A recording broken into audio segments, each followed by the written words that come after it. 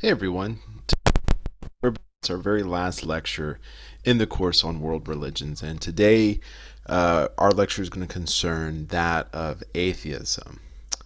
Now, it is a legitimate legitimate question that can be outset of this lecture concerning should atheism be considered a religion. And if we examine a very short definition of atheism, we tend to define it as belief that there is no God or that there are no gods. And the very definition of atheism seems to betray that fact that we cannot categorize it as a religion because it involves no belief. So how come are we talking about atheism as a religion? Well, however, if we revisit this very straightforward definition of atheism, it's kind of noteworthy for us that the word belief is a part of the definition. The belief that there is no God or that there are no gods. Thus, some would argue that atheism in essence requires a belief, or that it requires a conviction about a certain set of truths or doctrines, meaning that belief that there is no religion. Thus, in turn, it kind of is a religion because it involves some kind of belief. Many who argued this for this viewpoint of atheism point to various comparative elements and behaviors between it and known religious traditions. They argue that atheism has a creedal system. There is no God, if you want to argue that. Atheism has a set of writings and intellectuals who are revered the very same degree as religious concerns or religious people have about their scriptures or their saints. For example, if you should just YouTube Christopher Hitchens or YouTube Sam Harris, and you'll see how many people idolize this individual, idolize their comments, idolize their statements concerning anti-religious. They're seen as the front runner. They're seen as the preeminent voice on atheism, and people quite celebrate. There's things within YouTube, you can see the best of Sam Harris, or you could see a common trope among Chris Hitchens fans of Hitch slaps, of his comments, being that similar to a bitch slap. And so there's this kind of celebration around these individuals. Others would point that atheism is very messianic oriented or very evangelistic oriented because it actively recruits people to believe like them. It has arguments. It has kind of crusade events for people to believe in atheism.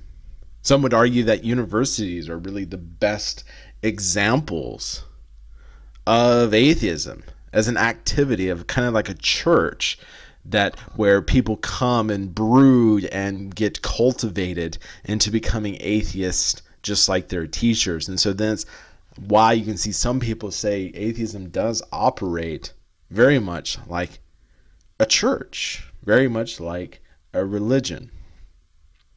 However, if we do use this kind of same logic and follow it to its logical conclusion, then really must we then also classify various cultural phenomenons like Swifties as a religion or sport fandom as a religion. Many in Europe or across Latin America would agree with that. You routinely, if you turn on the television, here in the United States, turn on the television to watch Premier League on NBC, and you watch either Chelsea or Manchester United, you will routinely see at the stadiums itself, at Stamford Bridge, at the old Trafford Stadium, you will routinely see signs that say, Man U is my religion, or Chelsea is our religion. And so while some of the behaviors of sports fandom or Swifties do indeed mirror the actions and beliefs of various recognized and organized religions, the idea of classifying Swifties or fandom as a religion based on the simple idea of belief is ridiculous. Thus, the same logic and sentiment, I think, can be applied to atheism, and its classification as a religion by some circles should be doubted. However, I do believe that a discussion concerning atheism should be part and parcel of a course on religion. Not because it is a religion, but rather because atheism is considered and functions, it serves a specific function. Atheism represents a needed and necessary voice of criticism against religion, a necessary and critical voice against the influences of religion as well as the abuses of religion. And so thus I think and truly believe that atheism is a vital part of our discussion here.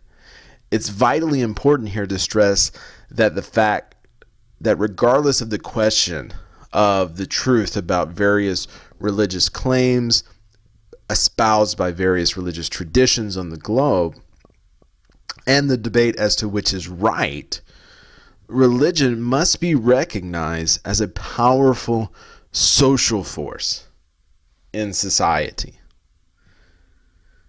A powerful social force that's in every society. And if you're unaware what a social force is defined as an effective urge or an effective impulse that leads to social action. And so religion fits that definition really to a T. For an example, just think about the debate on abortion in this country. It is exclusively formed and shaped and driven not by logic or reasons, but rather religious convictions. Evangelicals, Catholics, Mormons. And so you can see religion thus operates as this powerful social force. Thus, again, atheism represents a necessary voice of criticism within our society. So, for example, in the UK, a televised public debate was held back in 2009, which was very influential and very prominent. He even featured here in the United States because of its popularity, in which the panelists debated the question, is the Catholic Church a force for good in the world? The debate was fantastic. It had people on the Catholic Church, very prominent members of the Catholic Church within the UK society on one side, and it had very vocal voices on the left in the UK. And during the debate, one of the panelists who opposed the motion concerning Catholic Church as a force of good was one of my favorite intellectuals, Stephen Fry. Stephen Fry, a very popular British comedian, but more importantly, a public intellect, and as well as a known atheist.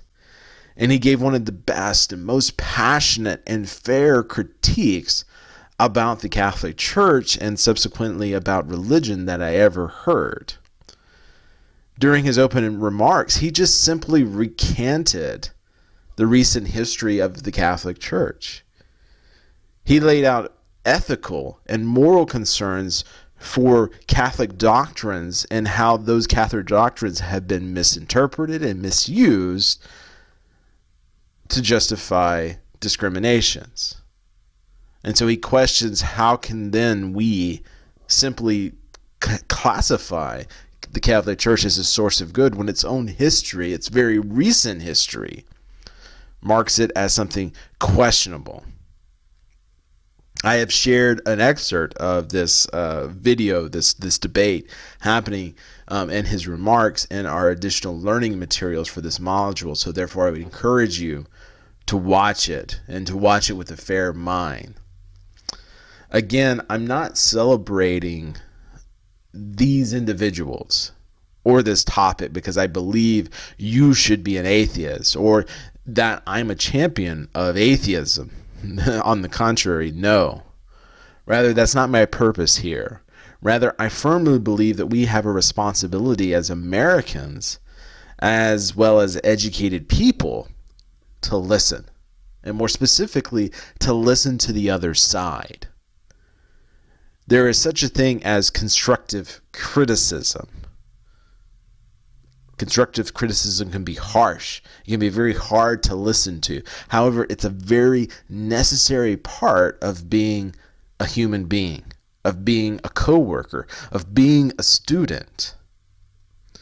And in truth, that is how I see the purpose of this lecture.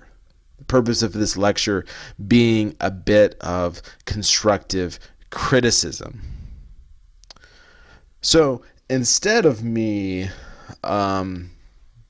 trying to present to you a collective representation of not only the history of atheism as a system of thought or as a group of people, or rather concerning what is atheism and what they believe in the similar veins that we have done and attempted to do in relationship to various other world religions as we discuss. I'm not trying to do that.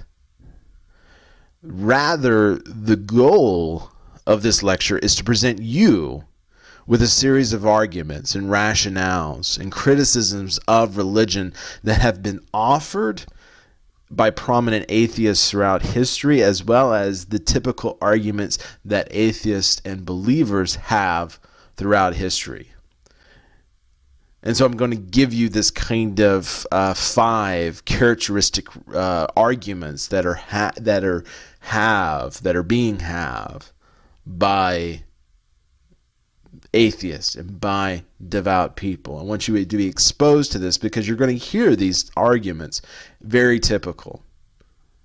And these are kind of the 5 classic arguments that gets used between atheism and religion, and it functions, I see it as, it functions as a critique of religion that religion does need to listen to.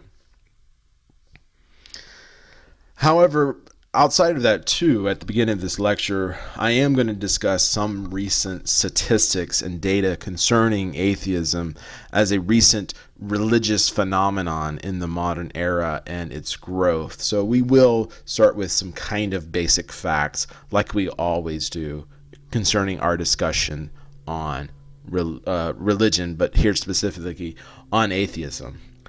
But before we dive into definitions of atheism, or the arguments behind the critics of religion, I think it's important for us to talk about this data behind the movement, this movement of thought and belief that is growing as a phenomenon within religious circles and our existence as humans. So first I want to point out that it's really truly important for us to note that it is difficult, extremely difficult, to quantify the numbers of atheists in the world today. Respondents to religious belief polls first may either or how to define atheism differently, draw different types of distinctions between atheists and agnostics and spiritual but not religious. So there is that distinction there of why it's difficult to have concrete numbers, because somebody might think of themselves as an atheist as being completely denying all religions and being completely opposed to it, versus someone who's agnostic that might be just, well, I don't know what is true, so therefore I don't identify myself as an atheist, nor do I identify myself as a religion. I just simply don't, or a religious person, I simply don't know. Or you might get the more common thing when I was around in the 90s and 2000s, when I was around your ages, of I'm spiritual, but I'm not religious. And so you have that distinctions that polling sometimes can't get out because of the right terminology, the right classifications that we see. So again, numbers can be hard, difficult to picture here. A second is many respondents may feel a great sense of hesitation with or rejection of certain rejection of self-identifying themselves as an atheist due to certain unwanted or negative stereotypes that are associated with atheism.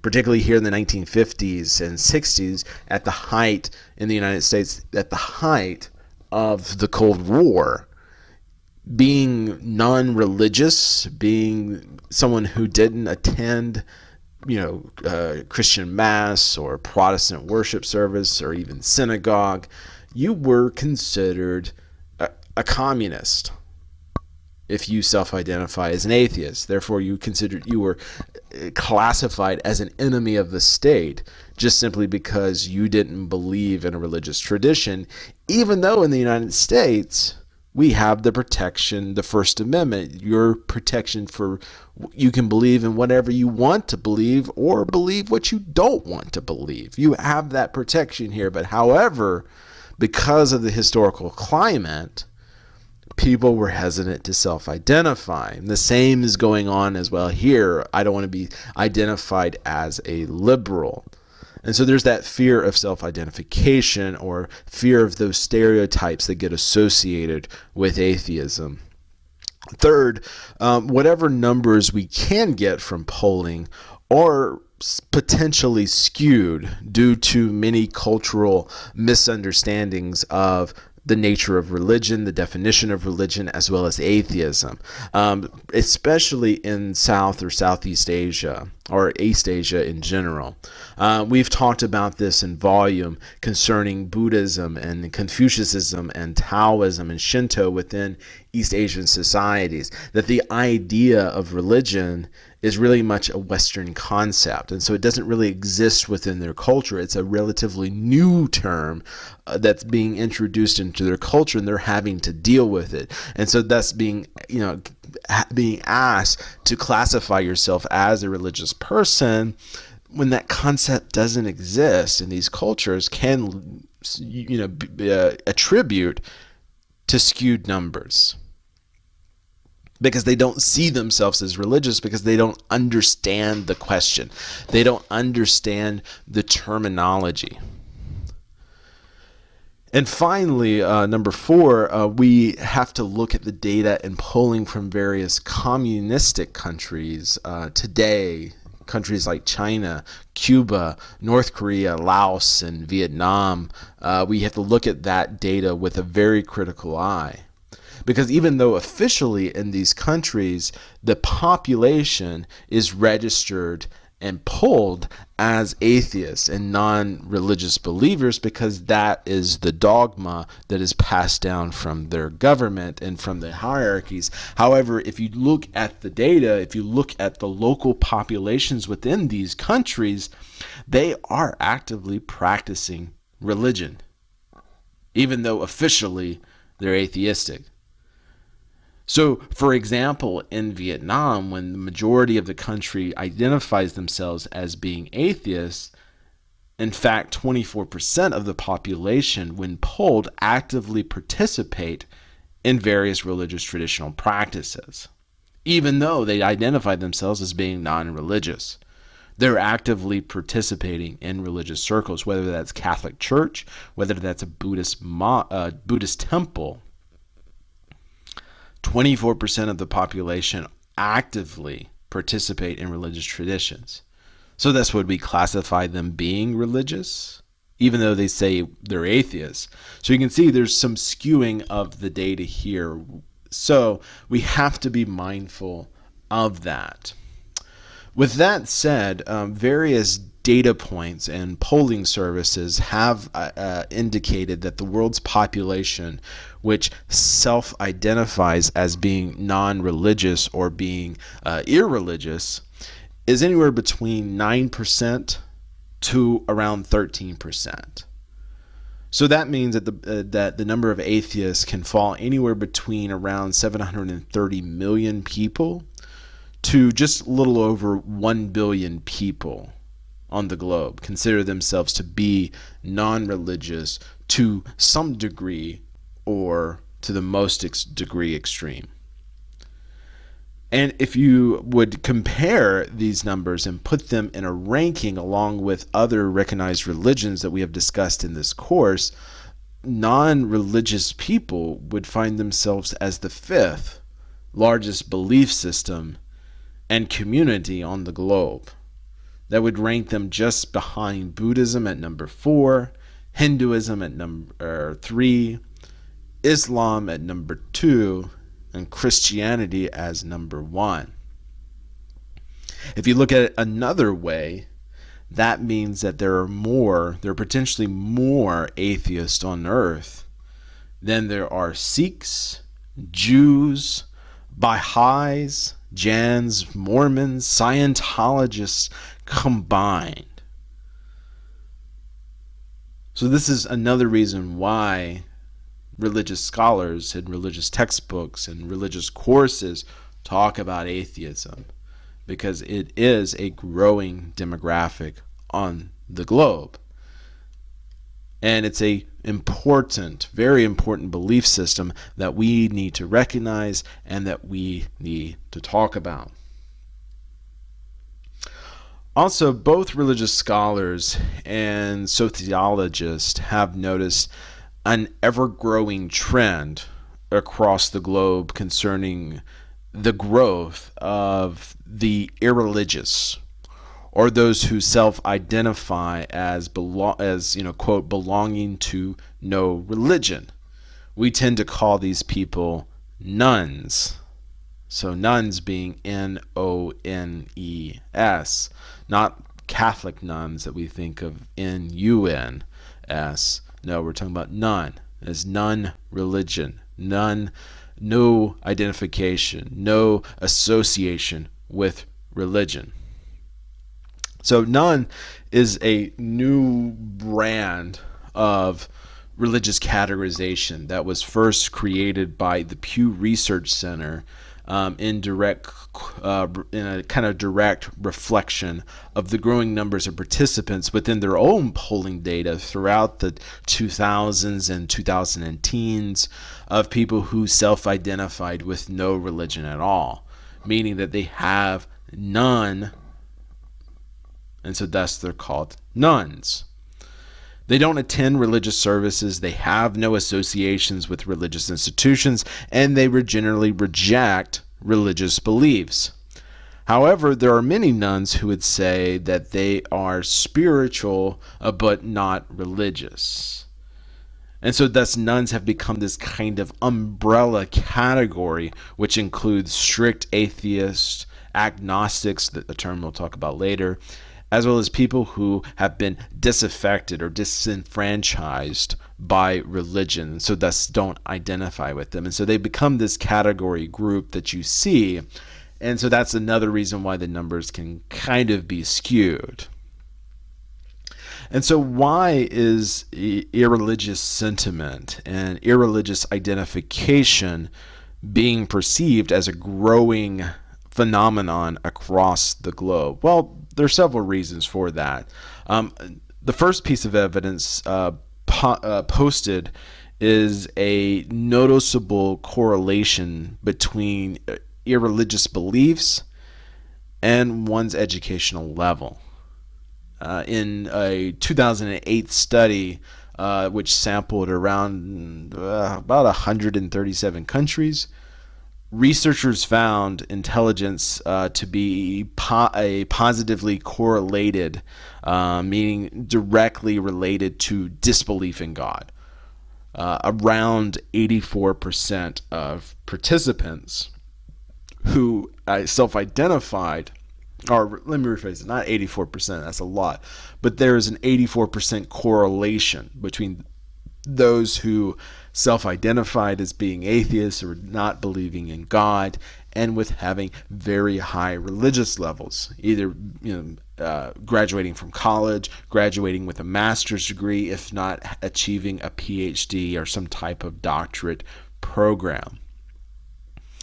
So, of course, scientists have tried to offer theories as to why there is this very strong correlation between education, the more education you have, and being disbelief, tending not to believe in religious traditions.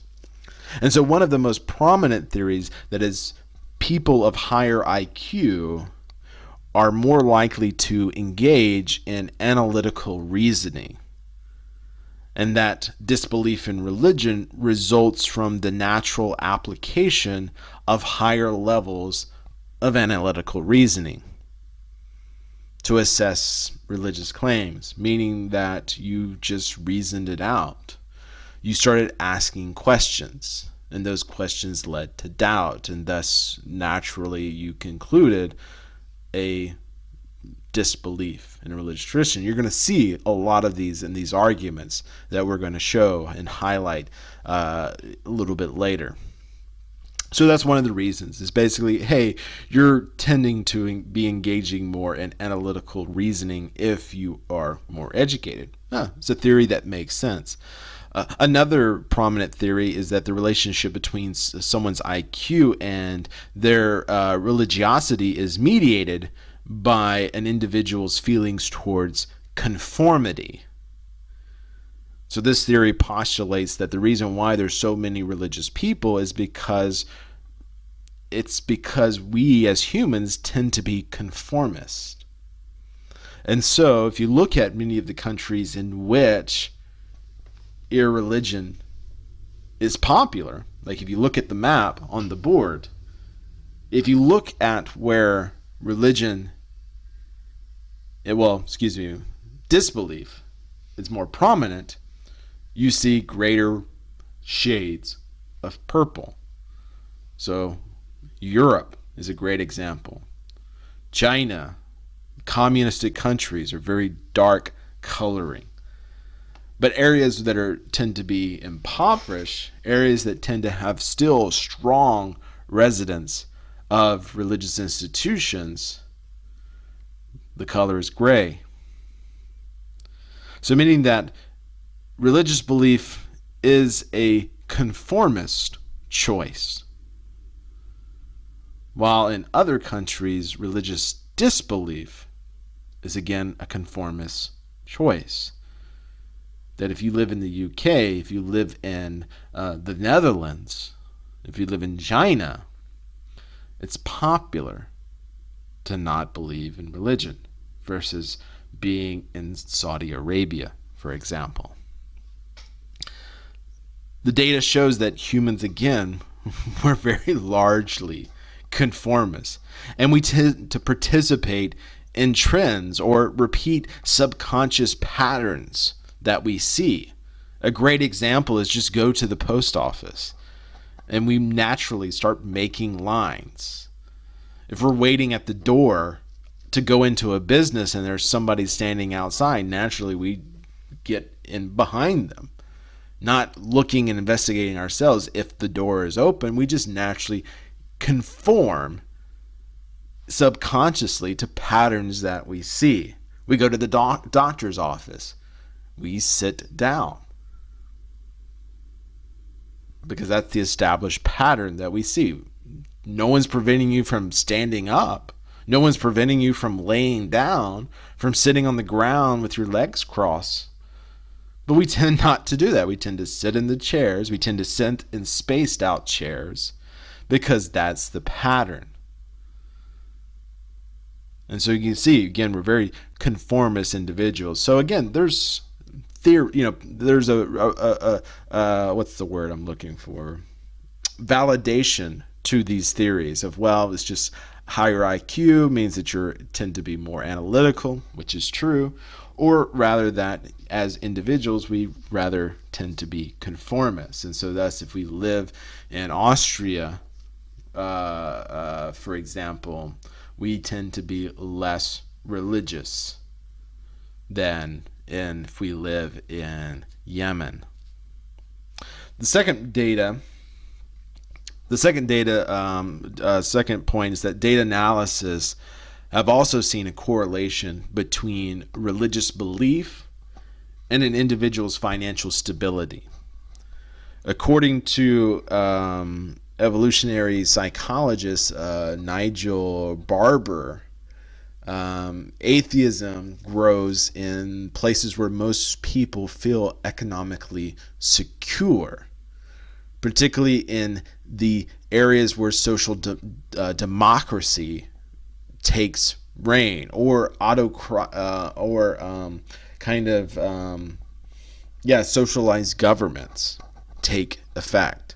So again, you can see here, look at the map. It's Europe.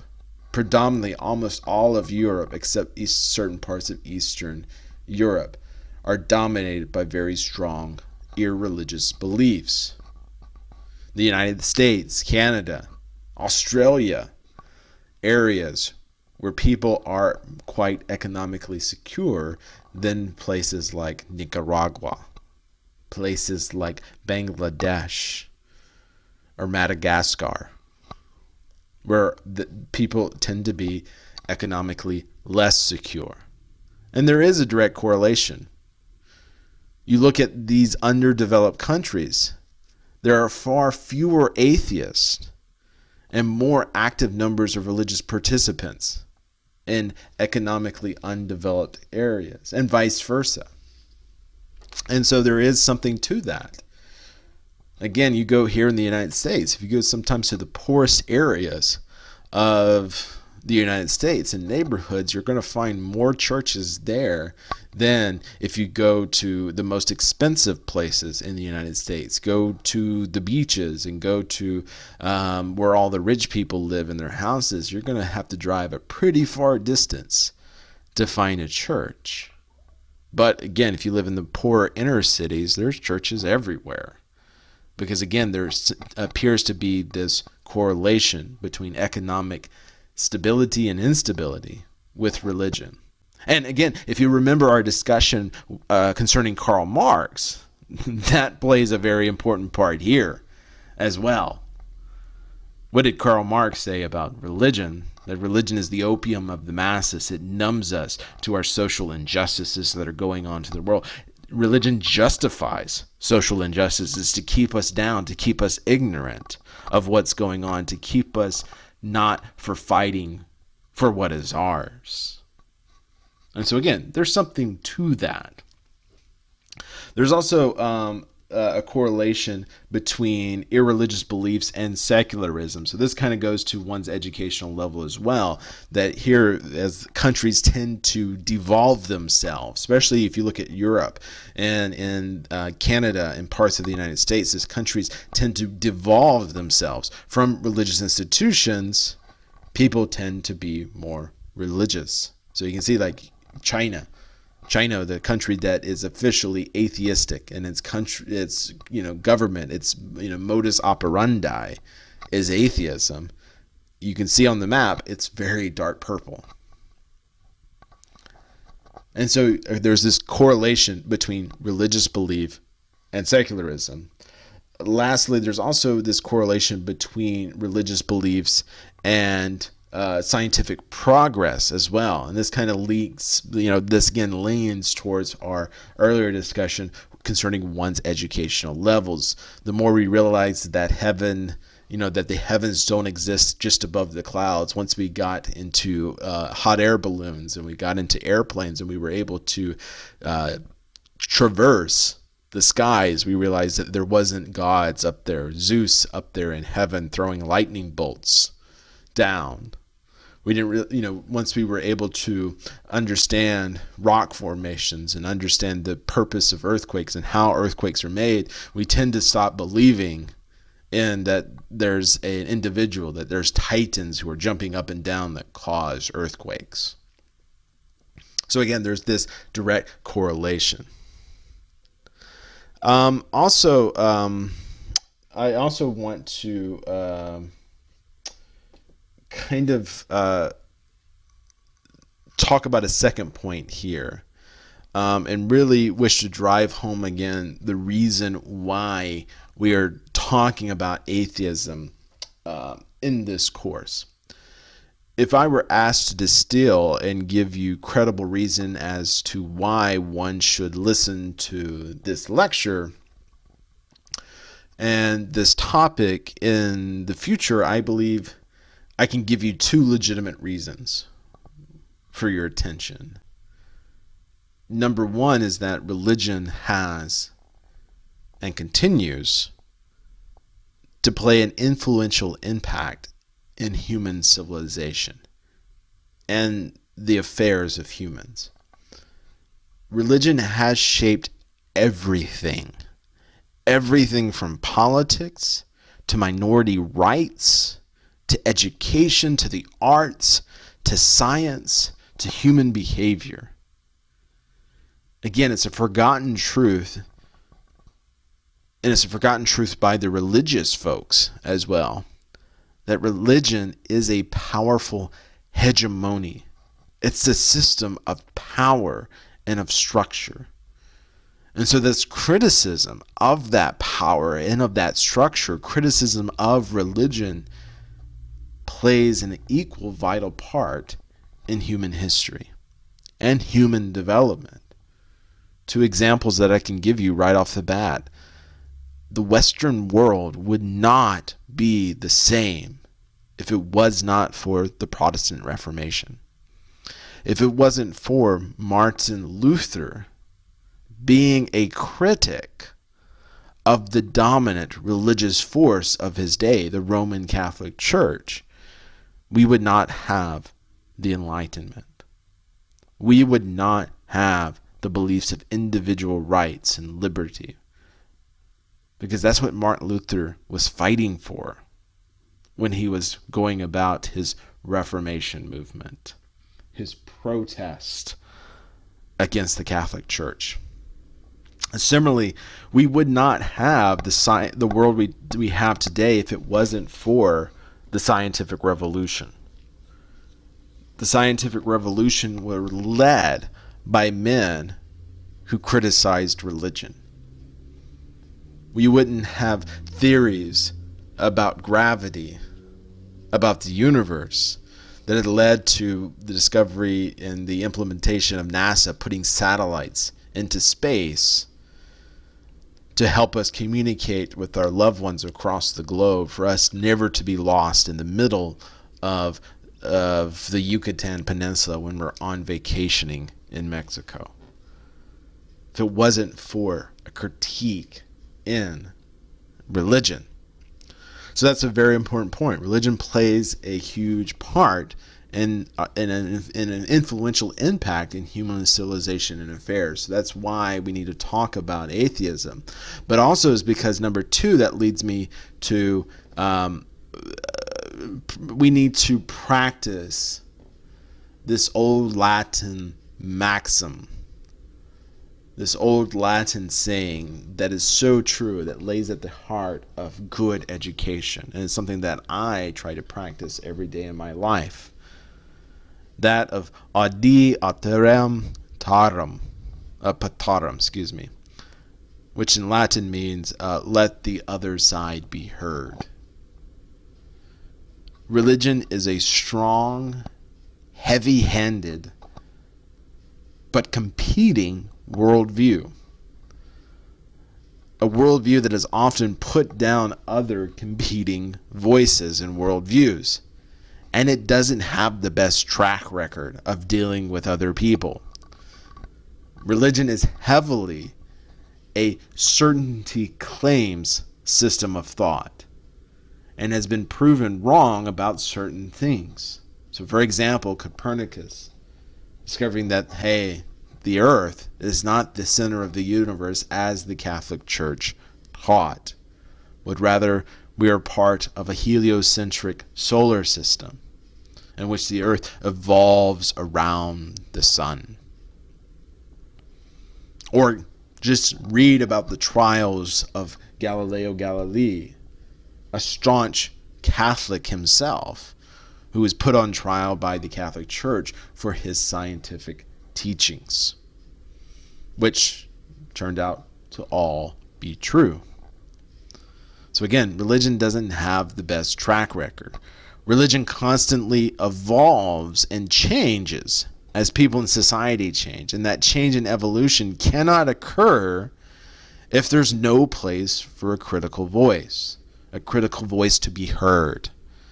Again, I point to the Protestant Reformation. I point to voices like Martin Luther that helped the church evolve. And so I just want to lay that last point before we progress forward, because I know atheism is always a tough subject to deal with, and some people tend to get offended and take these things personally. But again, that's not my purpose here. What I'm advocating for you is to recognize religion is a powerful social force in this world. Recognize when it has influence and sway over what you're doing, and recognizing it might not have sway over the other people who don't vote like you, who don't believe like you, and you're having arguments at work and with your neighbor because you don't recognize the things that inform you. And also that we need to let the other side be heard. So now let's progress to, let's talk about definitions. I think enough of that, enough of me giving a sermon here. Let's progress to definitions of atheism, as well as the history of the usage of this term atheism. And so before we dive into the nitty-gritty of this lecture, I think it's very important for us to provide an academic definition to the term of atheism. While our universally and generally understood definition of a term like atheism, just this simple belief that there is no God, is a really good definition. However, there are some more important nuances of this term that typically do go missed. Furthermore, I think it's important for us to also track the history concerning how this term has been used throughout history, because its usage has not always been matched by its modern definition. So we need to remember that as well. And its usage throughout history helps us to understand how we have gotten to our modern usage of this term. So now atheism, if I could define atheism in its broadest sense of the word, doesn't just mean a belief in no God, but rather refers to the absence of belief. The absence of belief in the existence of a supernatural deity. And so that's the definition I want you to remember here. That atheism, in the broadest sense of the word, refers to the absence of belief in the existence of a supernatural deity. The term atheism itself, atheism comes from the ancient Greek word, a combination of two ancient Greek words, atheos, and atheos means no God. So again, that seems to agree to that universal definition, as we previously said. So why give us a new definition here, Joe? Well, that's true, but there's more to atheism than just no belief in gods. And with the definition, atheism is routinely, and this is what I bring to this rejection of religious belief, atheism is routinely contrasted to and pitted against theism. And so theism, if you remember from our opening lectures, refers to the most general beliefs in God or the gods. And so think of theistic religious traditions being Christianity, think of Islam, think of the Bhakti traditions within Hinduism as examples of theistic religions. And atheism, however, should not be confused with non-theistic religious traditions or non-theism. And if you remember, non-theism is the belief that doesn't postulate a belief in a supreme being, but rather it confesses in the existence of some alternative reality. So it doesn't believe that there's a God, but it does believe in this alternative supernaturalistic reality. So we're thinking of the religious traditions of, like, for example, Theravada Buddhism or Jainism or Scientology as examples of non-theistic religions. So again, atheism, we don't need to be confused as that. Buddhism and Jainism sometimes gets to be classified as atheistic religions because they don't believe in any gods. That's not true, and that kind of muddies the waters of our definition. Non-theism is still a system of religious belief, while atheism is not. And so that leads me again back to our more modern and our more focused definition of atheism. And again, write this down. Atheism is the rejection of all religious beliefs. That's the definition that we're going to go with. And so again, atheism is not generally considered a religion. And in fact, many atheists would strongly disagree with that characterization. Rather, in our modern world, atheism is the antithesis of religious belief. Atheism is irreligion or irreligious. And so what do I mean by irreligion? Irreligion is the active neglect, if not the rejection of religious beliefs, traditions, and institutions. And so that is the atheism that we're talking about in our modern context. However, this is not how this term has been used historically or has been defined historically as well.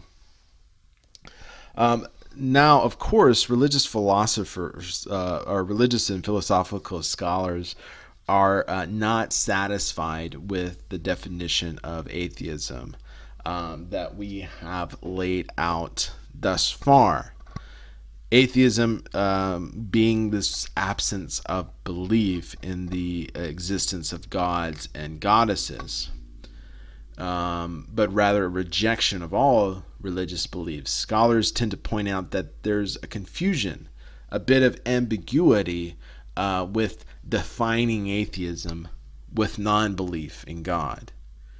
And if you truly examine atheists' comments and critics, what they really are is really, atheism is really, at least in our modern context, atheism is really a vocal rejection of Abrahamic religious traditions.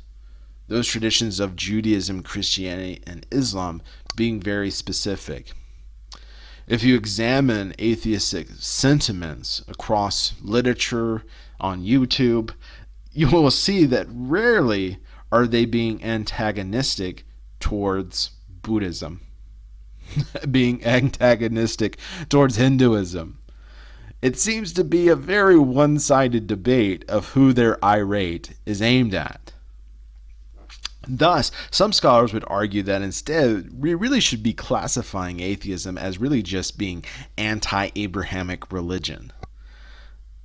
Okay, we can do that, and you'll see when we talk about the arguments, there's a good reason for that. And we're going to be spending a lot of time talking about and using the example of Christianity as a good example of proponents of religion versus those that are critics of religion.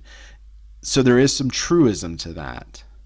And if you want to limit atheism to just that, being anti-Abrahamic religion, I think that's a fair assessment.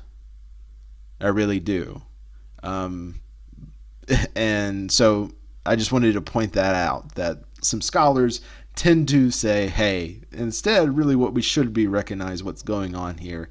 It's just a little bit of anti-Christianism, anti-Islam, anti-Judaism, these anti-Abrahamic religious, and that's really what atheism is. So back to the definition again. Many scholars also really don't like the aspect of atheism's definition as the absence of belief.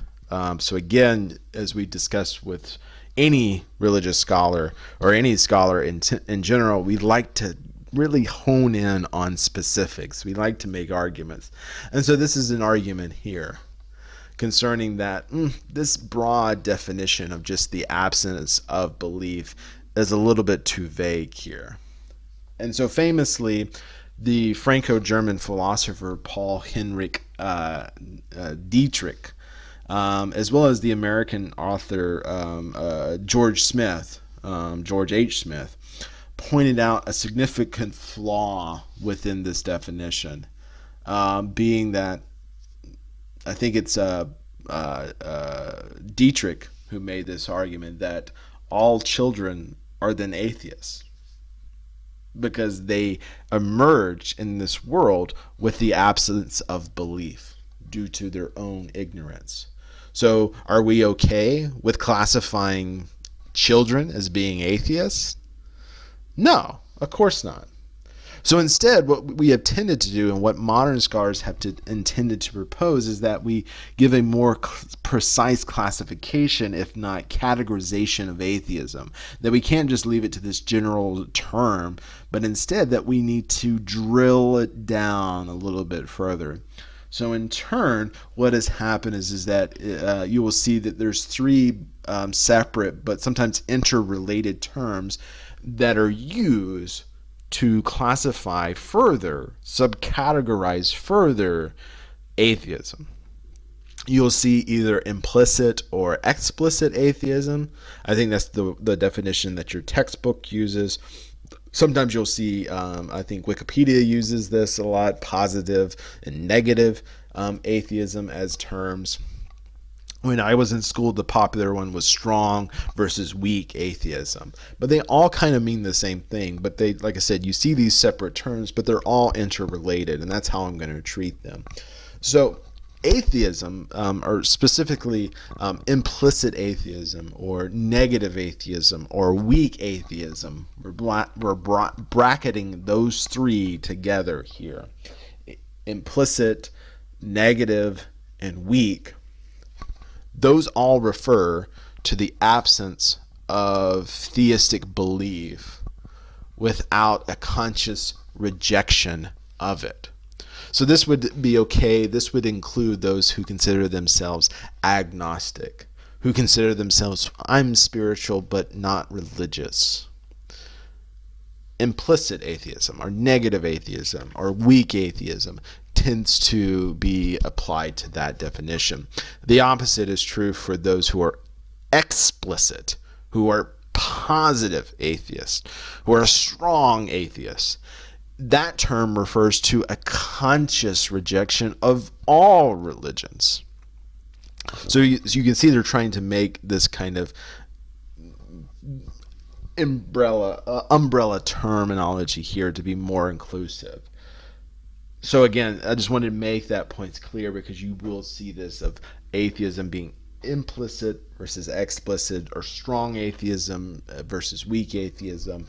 There's this different degree of classification, because what do we do with the term agnosticism? And that's what the last thing that I want to point out here before we start progressing with the debates. With this last set of terms of atheism, specifically implicit atheism, it brings to mind agnosticism. And that this definition of implicitness as the absence of theistic belief without a conscious rejection of it, it points back again to that flaw with the definition of atheism.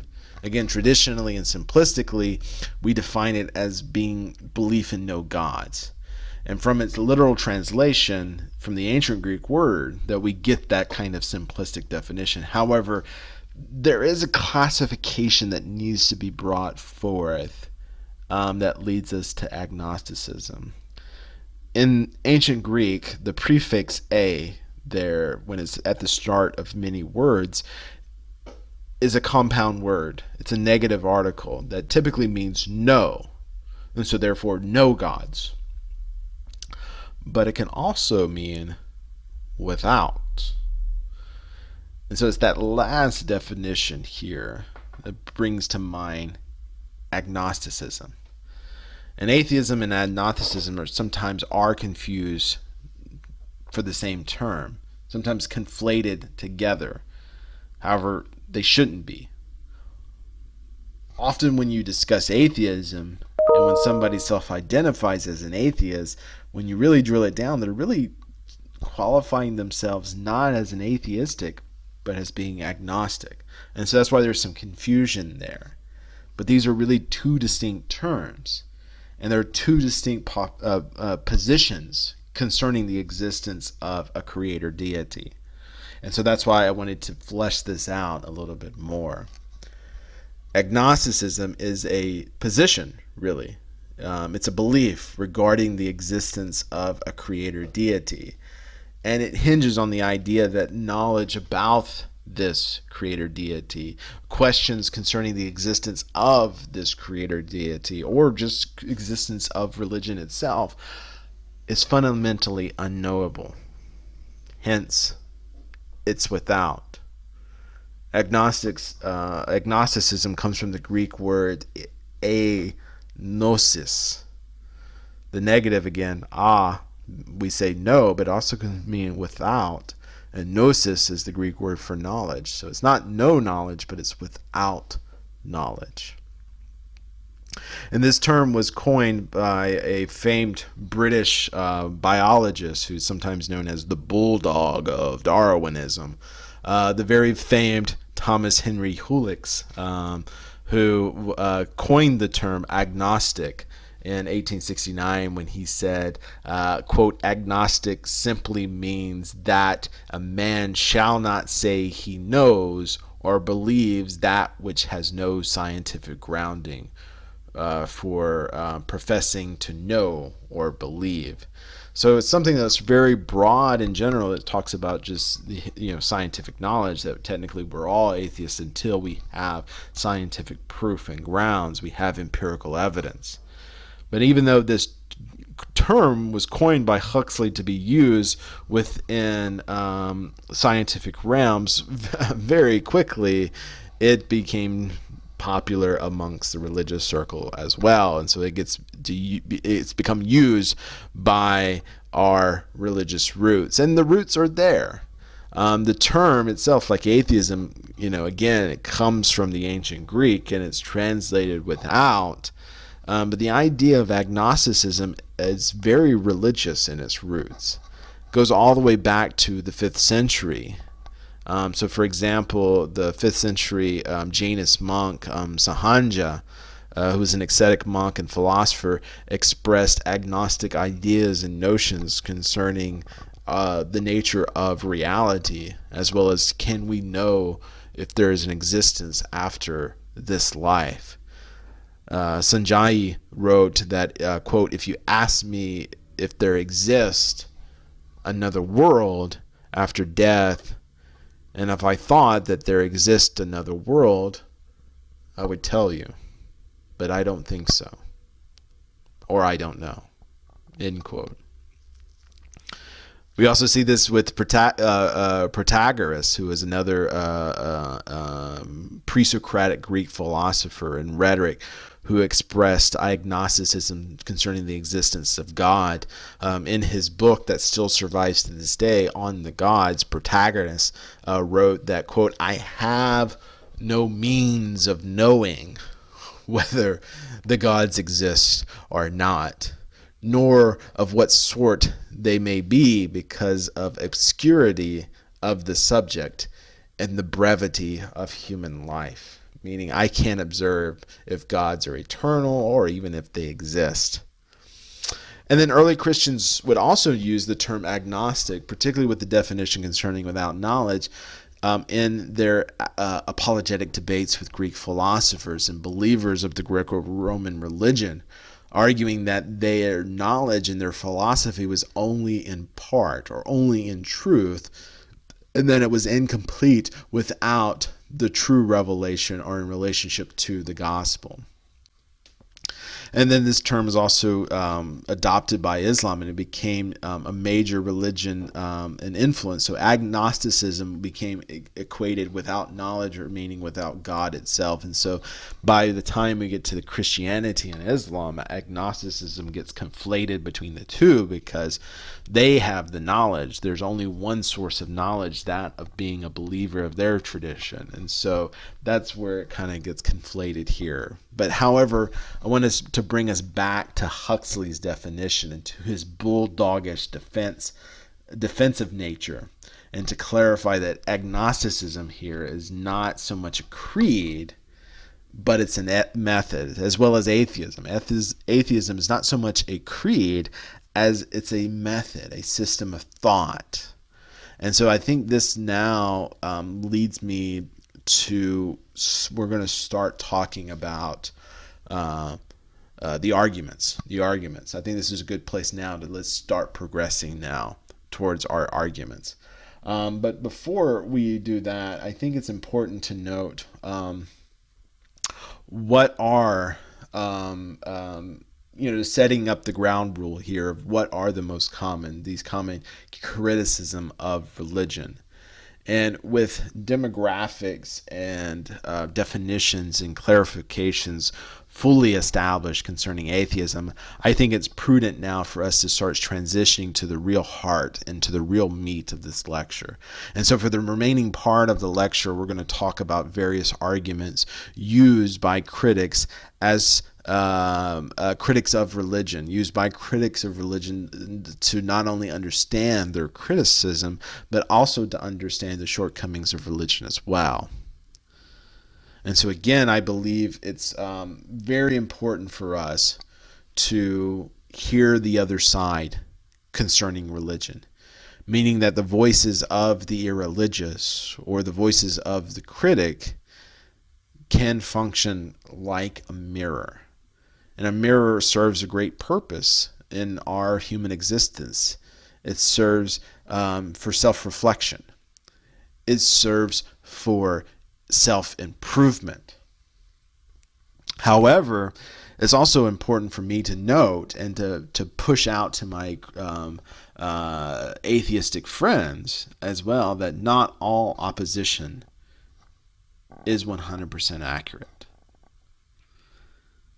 That opposition can sometimes be like a carnival mirror or a funhouse mirror, which uses a combination of convex and concave sections within the mirror plates to achieve a distortion effect for the purpose of entertainment, but also for the purpose of over-exaggeration. And so critical opposition can do just that. It can over-exaggerate its points so much so that it becomes hilarious and that it's really just entertainment. Or it can just be an opposition to the distortion of truth.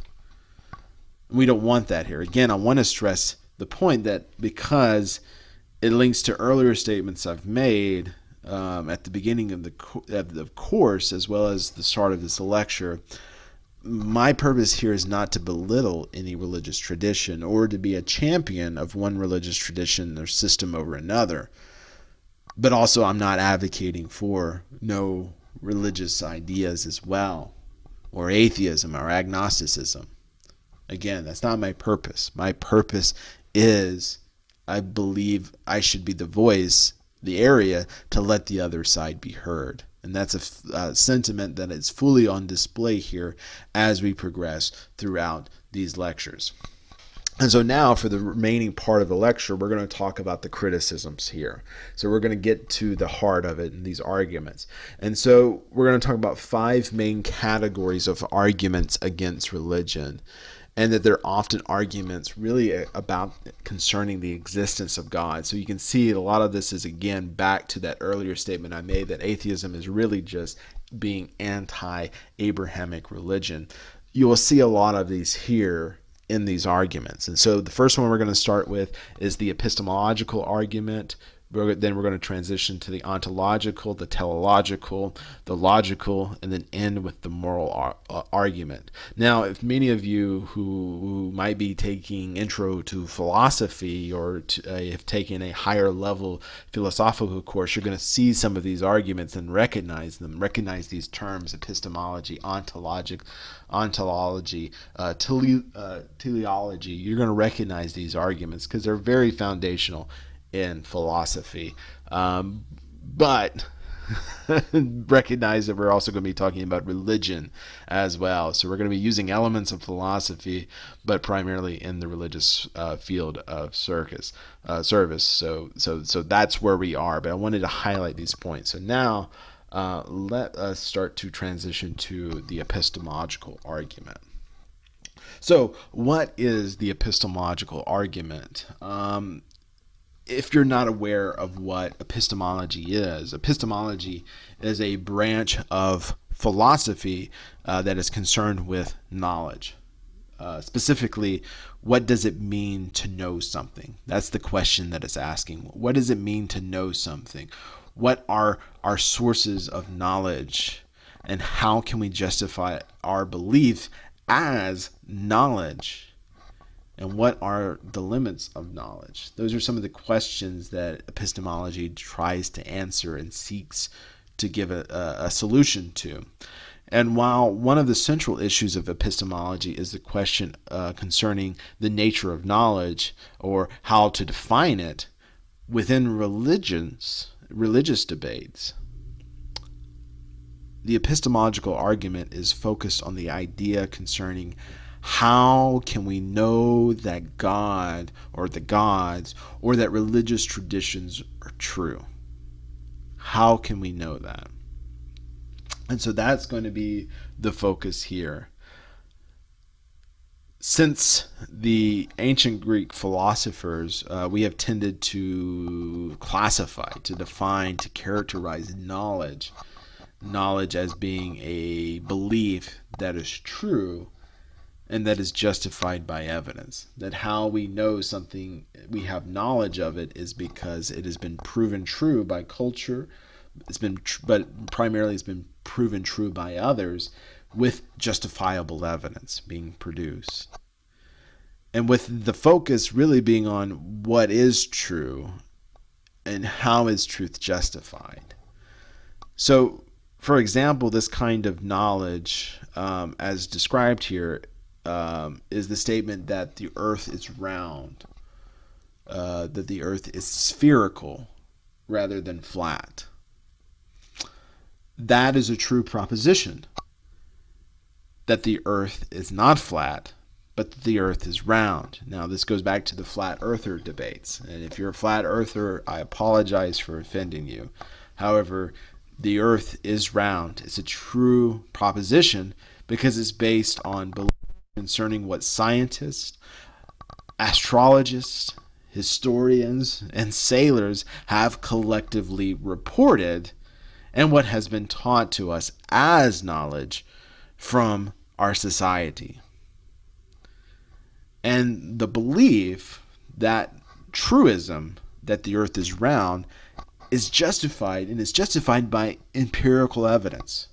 Going back to Aristotle and his lunar eclipse argument. And if you're not familiar with Aristotle's lunar eclipse argument, is that when the earth is between the sun and the moon, the display of the earth's shadow on the moon is not flat or square, but rather spherical in its shape.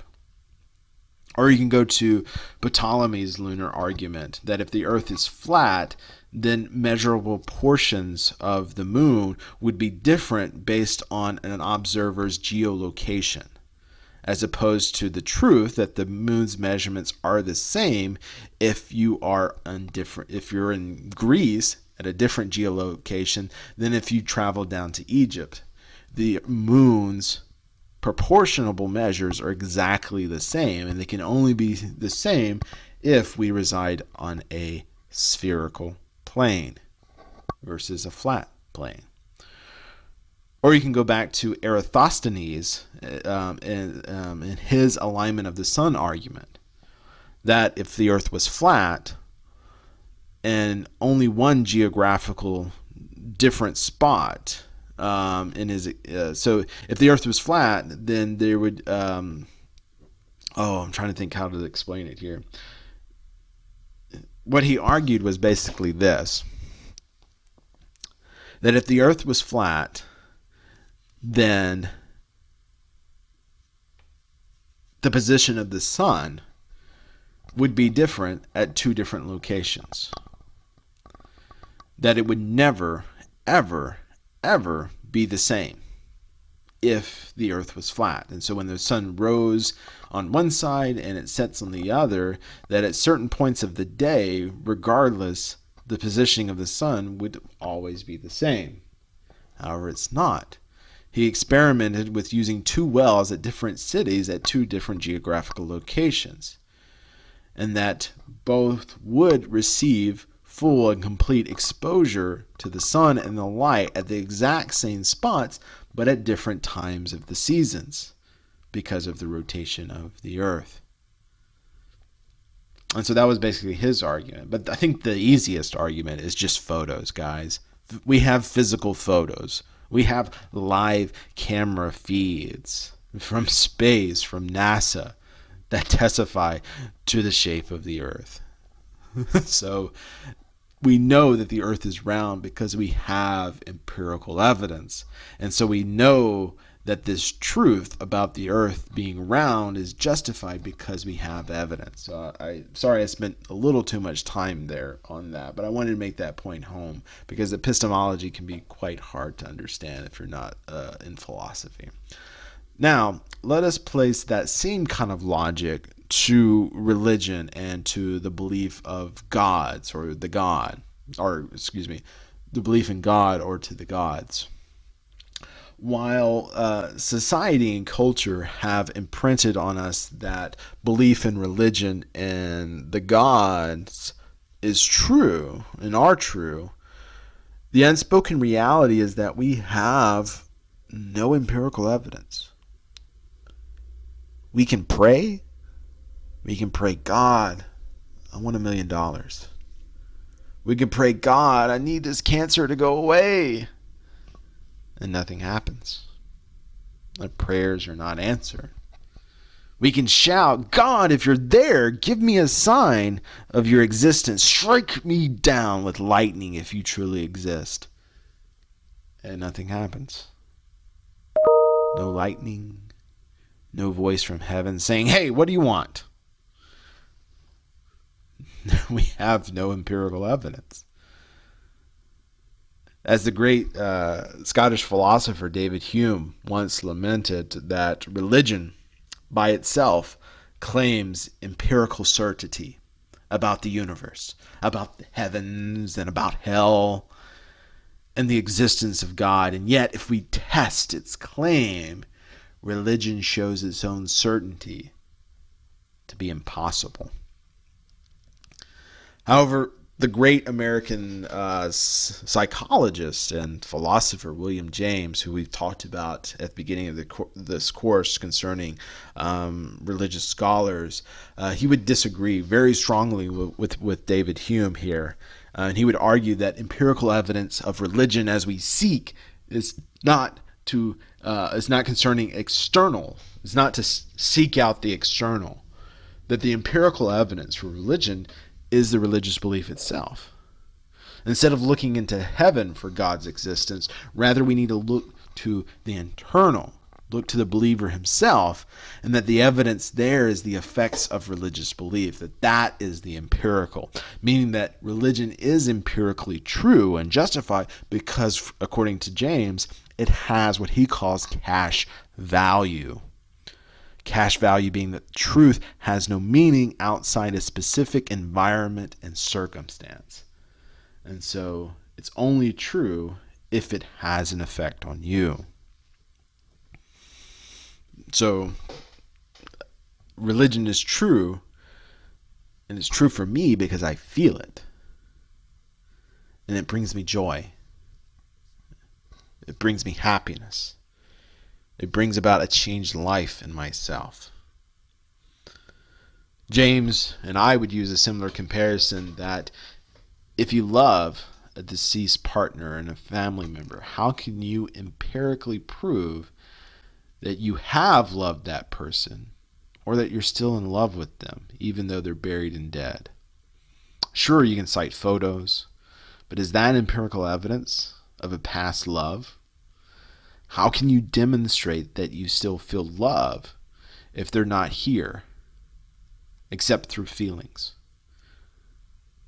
and the specific and the internal environment around you? And so that's where James makes that argument and makes that disagreement. Within the epistemological argument concerning religion and concerning religious belief and atheism, the reality concerning religion is that it's all based on anecdotal evidence. Anecdotal evidence is defined as essentially personal testimonies based on individual experiences and observations rather than the systematic collection of data or the scientific method to support a claim or an argument. So an example of an anecdotal evidence is this. It's an old adage that I heard a lot of times as a kid. Doctors say smoking cigarettes can kill you. However, my granddaddy smoked a pack of cigarettes every day of his life, and he lived to be 100. Therefore, smoking cigarettes ain't bad for you because it wasn't bad for my granddaddy. My granddaddy lived to be 100. Is that true? That's an example of anecdotal evidence. It's not true. Just because your granddaddy lived to be 100 doesn't mean that smoking cigarettes is good for you. Rather, your grandfather is an outlier in the relationship to the overwhelming data and research and empirical evidence that has been done concerning the harm and damage that cigarette smoke can do to you. And on the contrary, the harm and danger of all sorts of tobacco-related products are justifiably true because scientists, researchers, and doctors have systematically collected the data. And just because your granddaddy didn't die of lung cancer, but he might have died of something else related to tobacco products. And so again, or your daddy's just an outlier. And so that's, again, an example of anecdotal evidence. It's a personal testimony. And in truth, that's what religion is. And so that's what the epistemological argument points out about religion. And so one of the best examples of the epistemological argument that I have ever heard against religion, that's something that's always often used concerning religion, the nature of religious belief, the nature of knowledge and truth, comes from the great Bertrand Russell and his analogy of the teapot. And so if you're not familiar with Bertrand Russell, he's a famous and very much adored British philosopher and recipient of the Nobel Peace Prize in Literature in 1950, Bertrand Russell. And so in 1958, Russell proposed his famous teapot analogy in one of his writings. And it goes something basically like this. So let me get the passage here. So just give me a second. All right. So his passage goes that if I were to suggest that between the Earth and Mars there exists a porcelain teapot, and that teapot is revolving around the sun in an elliptical orbit, nobody would be able to disprove my assertion because the teapot is too small to be revealed even by our most powerful telescopes and radars at the time. But I say that, it's there.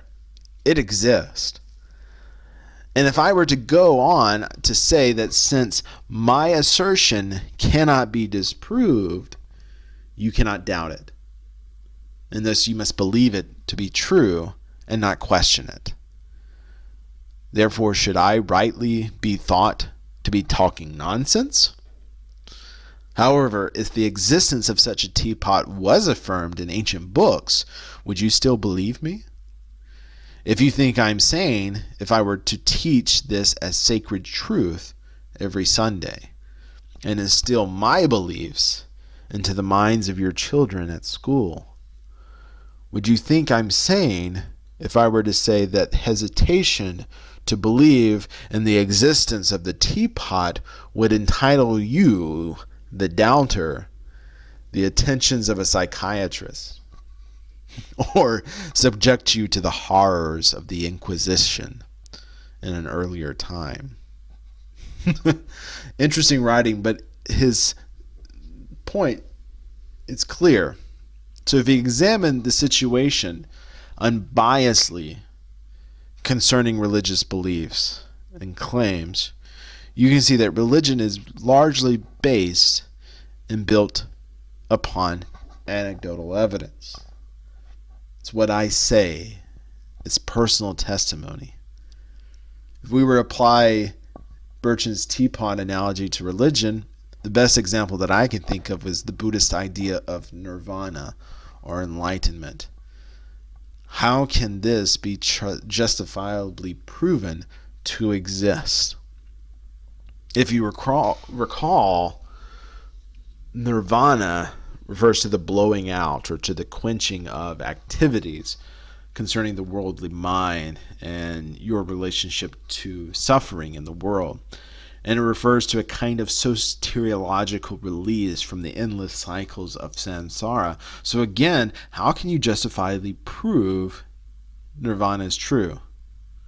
How do you know that you've broken free from the endless cycle of samsara? How do I know that my grandmother or my guru or the Buddha himself was able to do it? Furthermore, how do I know that the very idea, the dharmaic idea of samsara, is justifiably proven true? You don't. It's anecdotal evidence. Look at the religious traditions of Christianity, for example. How can the belief in the existence of angels or demons be justifiably proven true? Is heaven or hell real? Is the virgin birth true? The resurrection or the ascension true? Let's just take that last part, the belief in the resurrection ascension of Jesus Christ. These two creedal beliefs of Christianity are the very heart, and if not the foundation, of the religion as a belief system. The resurrection and the ascension of Christ is purely based on anecdotal evidence. No human being has ever been dead for 3 straight days and have been resurrected to having life again.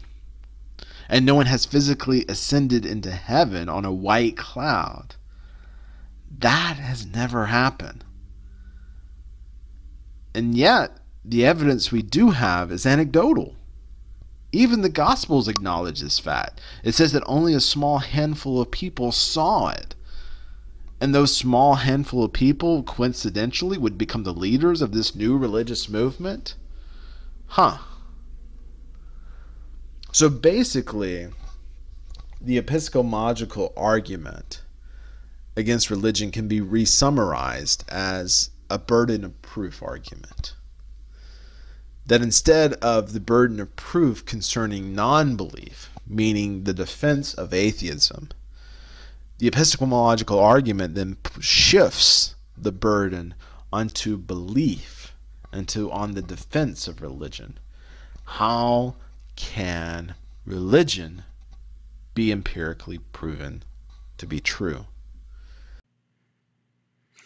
Our second characterization of arguments offered by critics of religion is the ontological argument.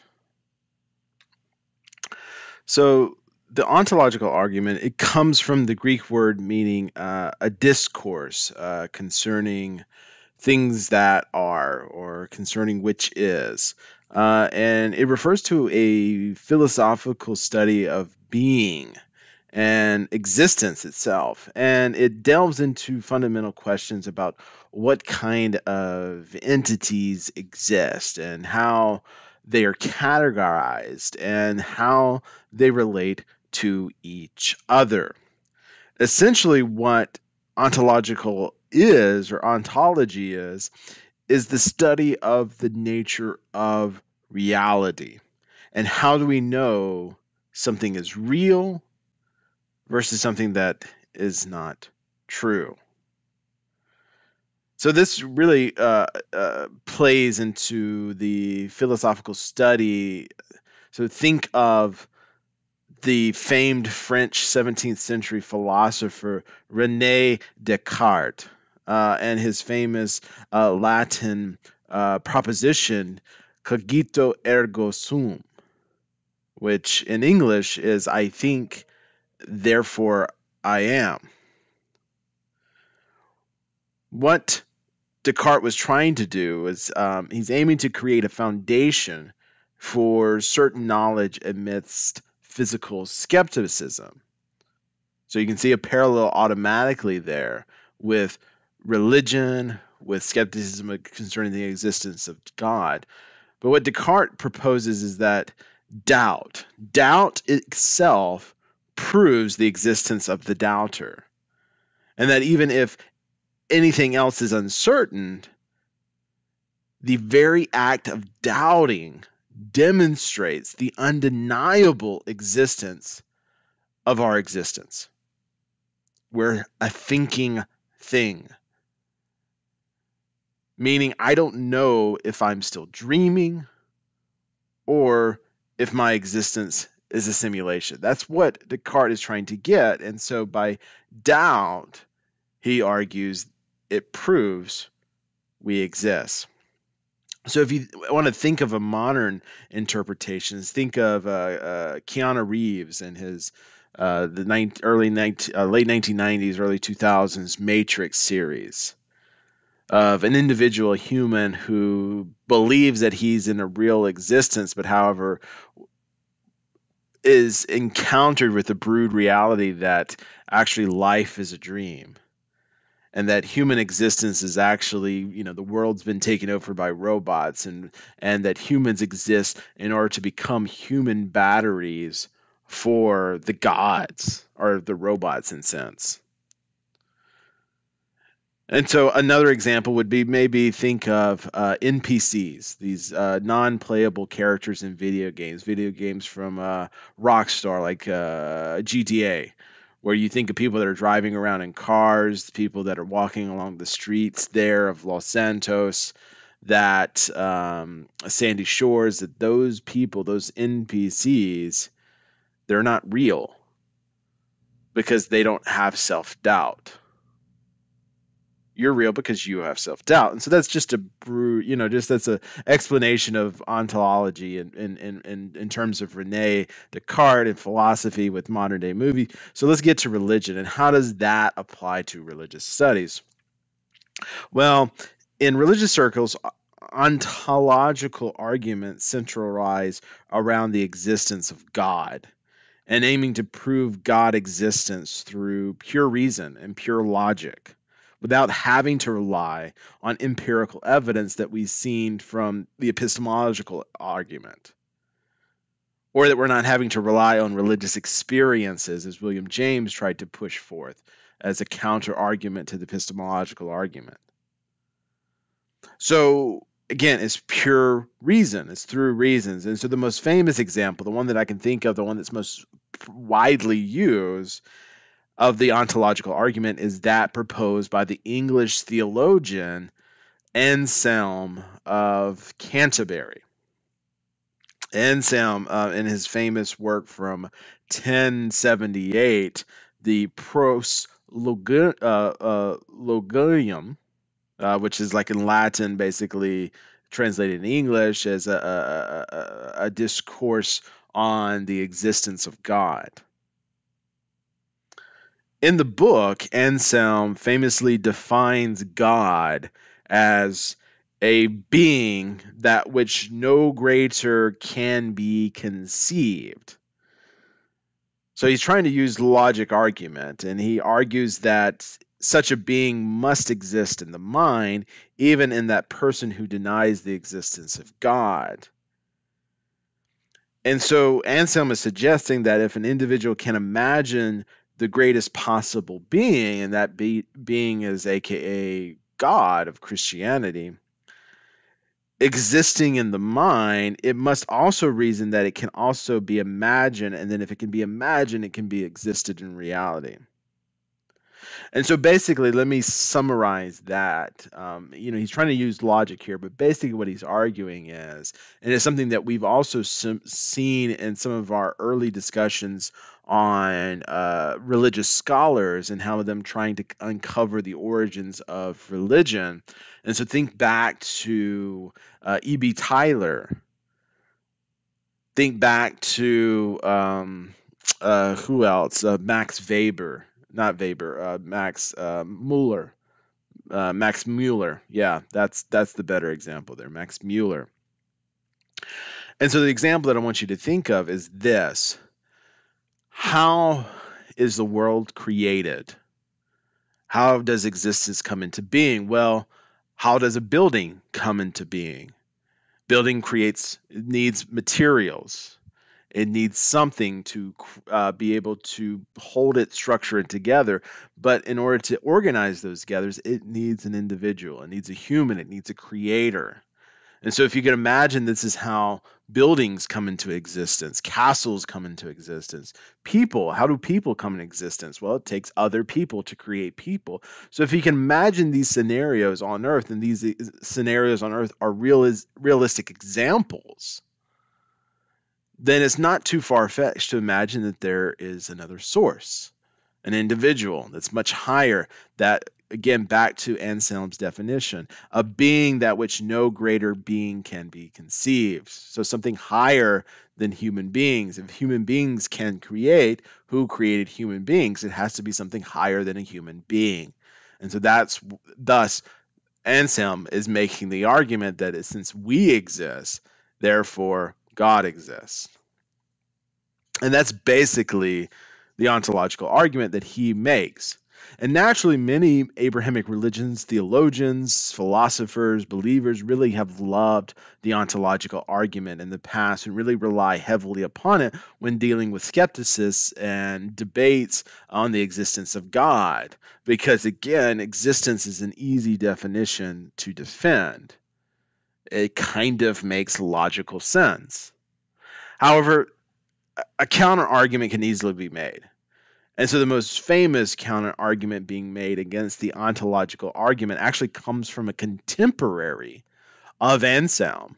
And it's not somebody who's a famed atheist, but rather it's a fellow priest, a French Benedictine monk named Galileo. So Galileo used this clever analogy to challenge Anselm's ontological claims. And his analogy is called the perfect island. Sometimes you might see the lost island argument. So this is what I want you to imagine. So Galileo uses the same logic as Anselm that says, hey, if we can conceive of an island, then we conceive of the perfect island. And so basically what he argues is like, imagine all of the most positive and perfect qualities that are associated with an island.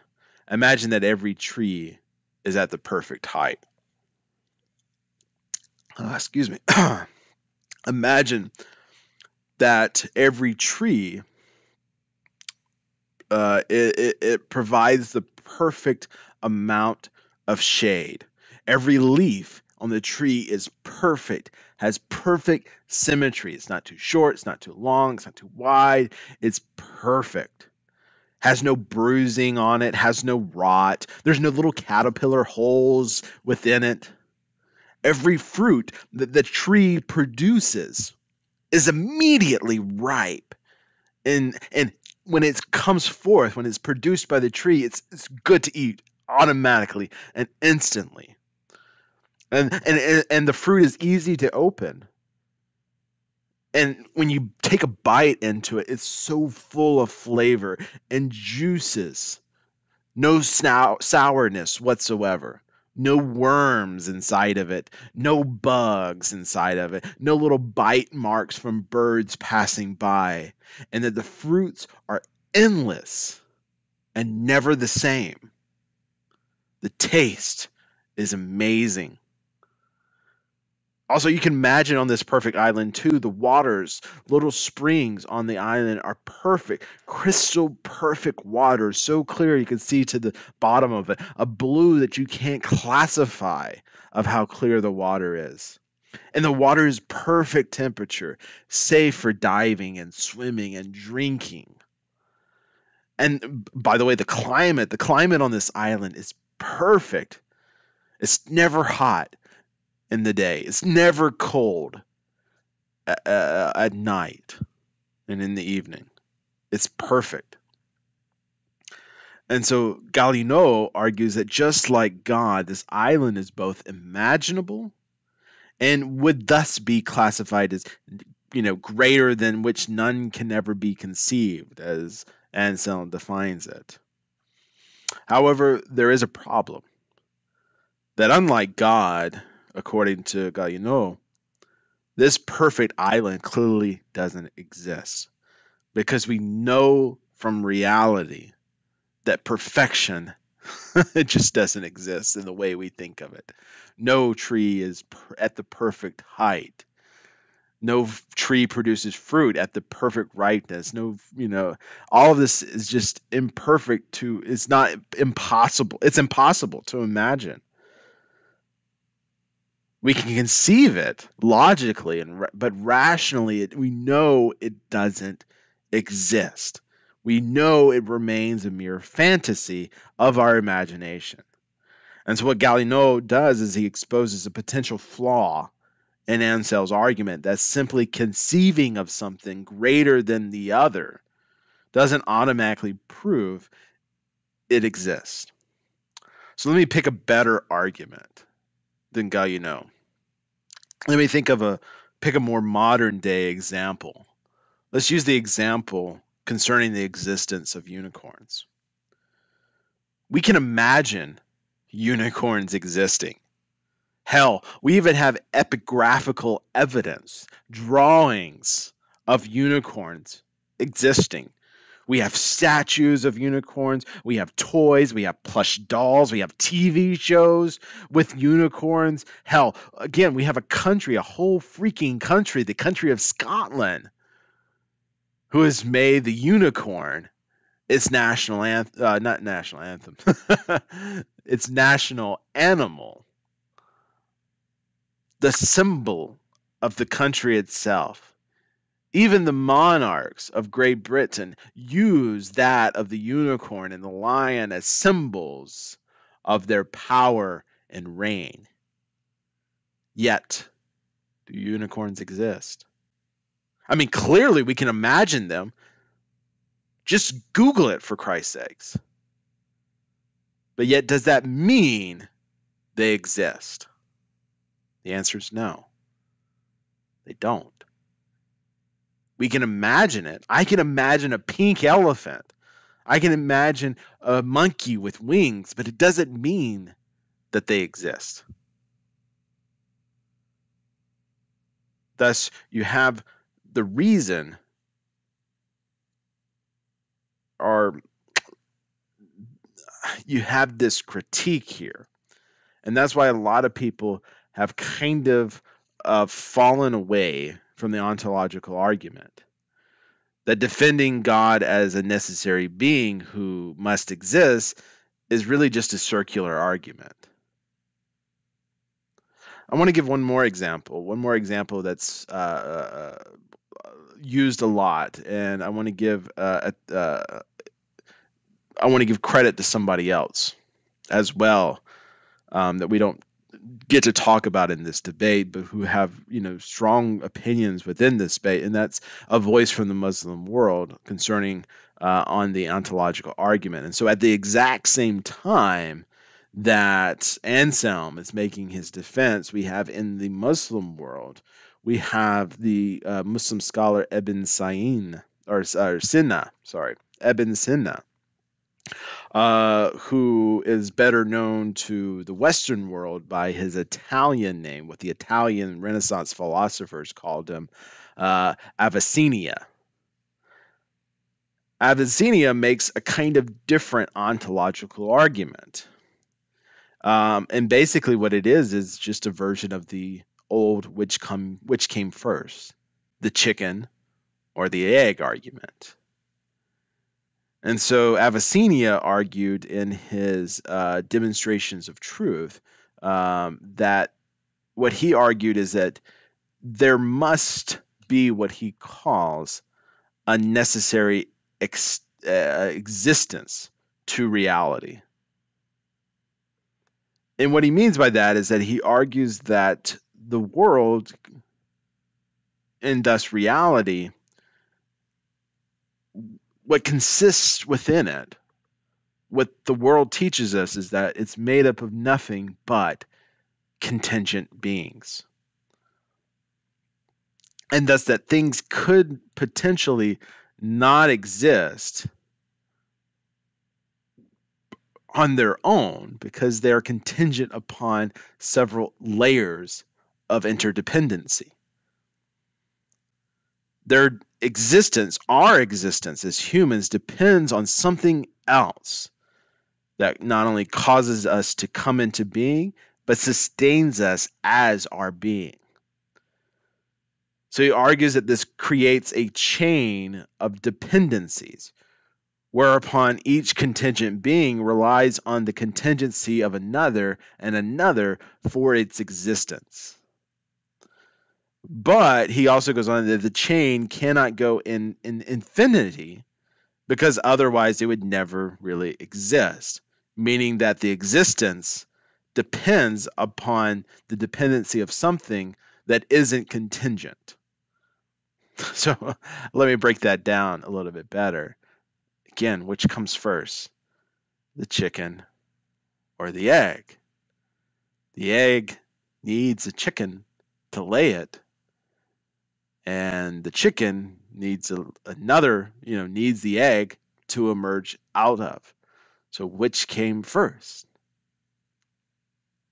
What Avicenna proposes is that because of that concept of which came first, the chicken or the egg, what that shows us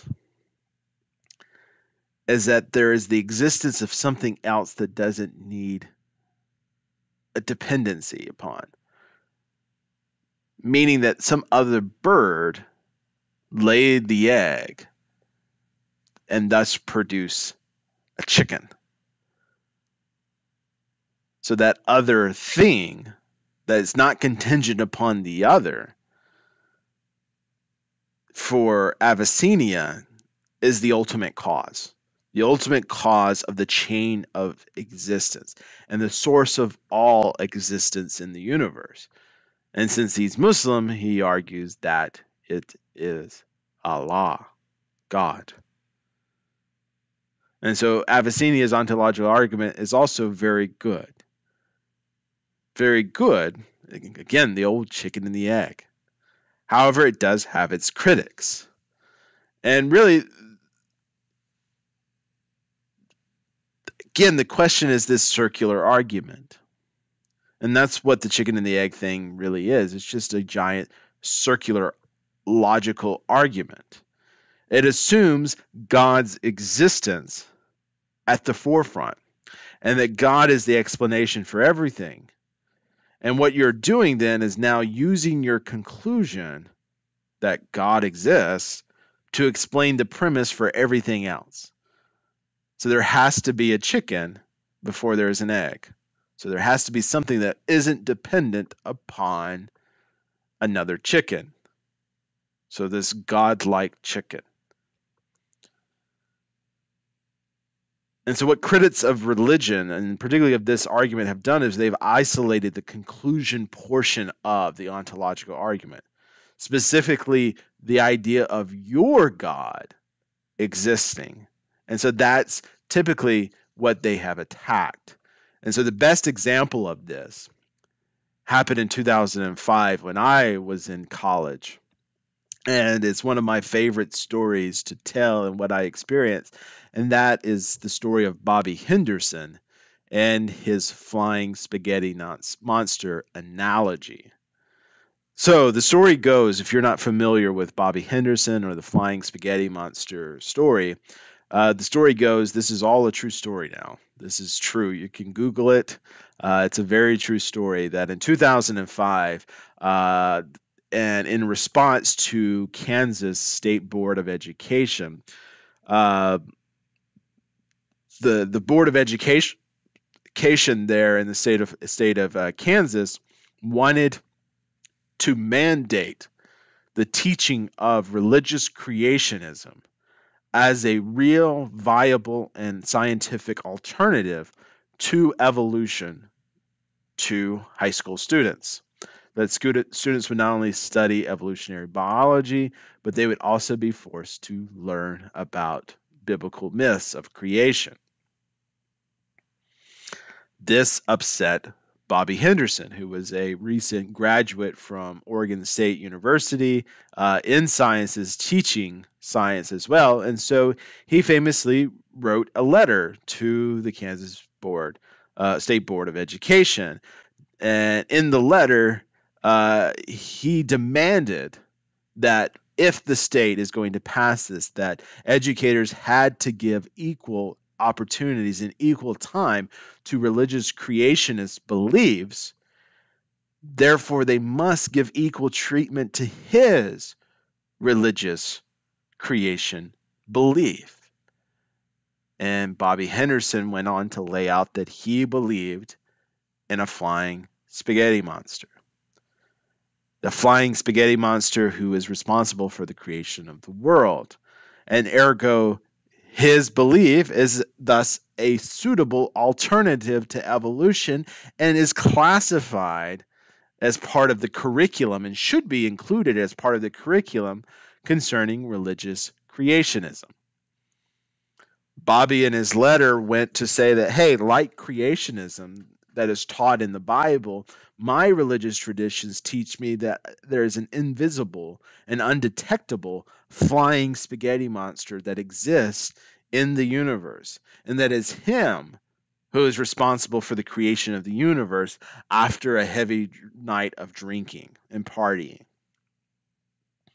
And like biblical creationism, who teach that evolutionary evidence is a test of the devil, Bobby Henderson argued that, well, his religious tradition teaches that all evidence of evolution was actually, in fact, planted by the flying spaghetti monster in order to test the faith of the believers.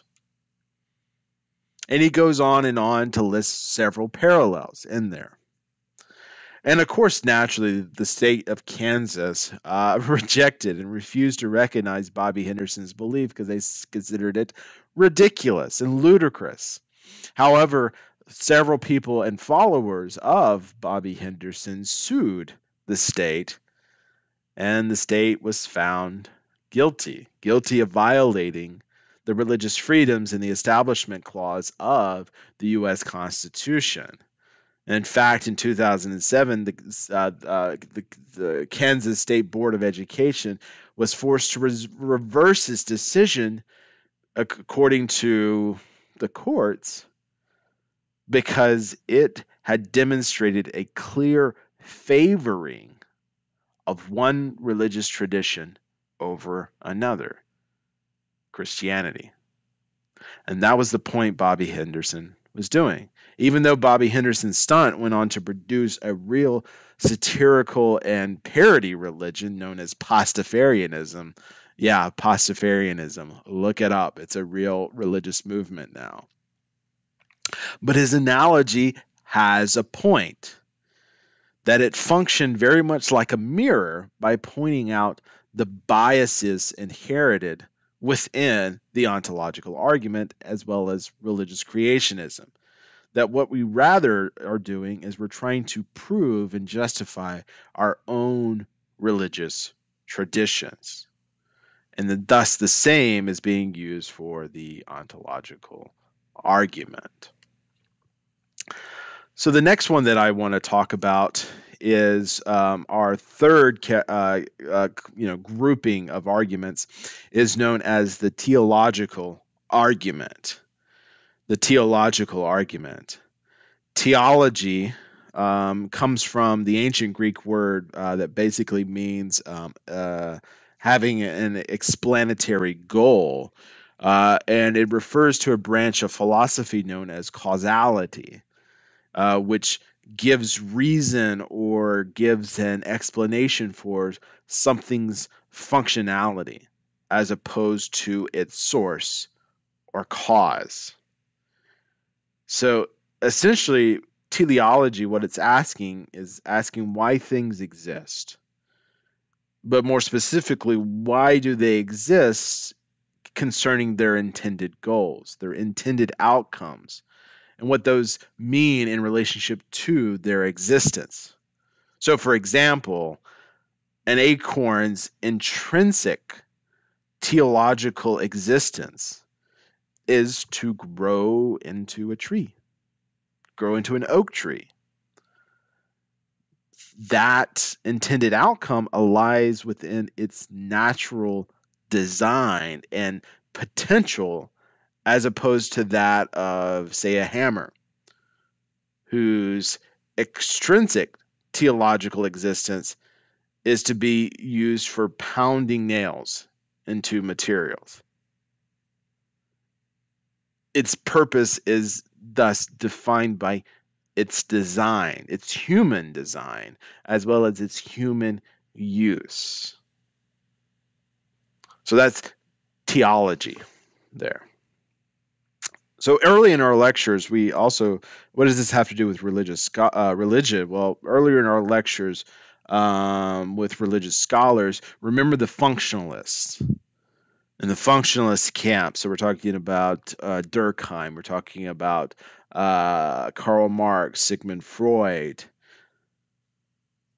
that they used what they did in their definitions of religion and explaining the origins of religion.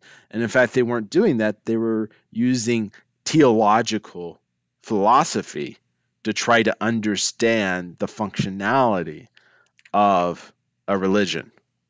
So think back to those people.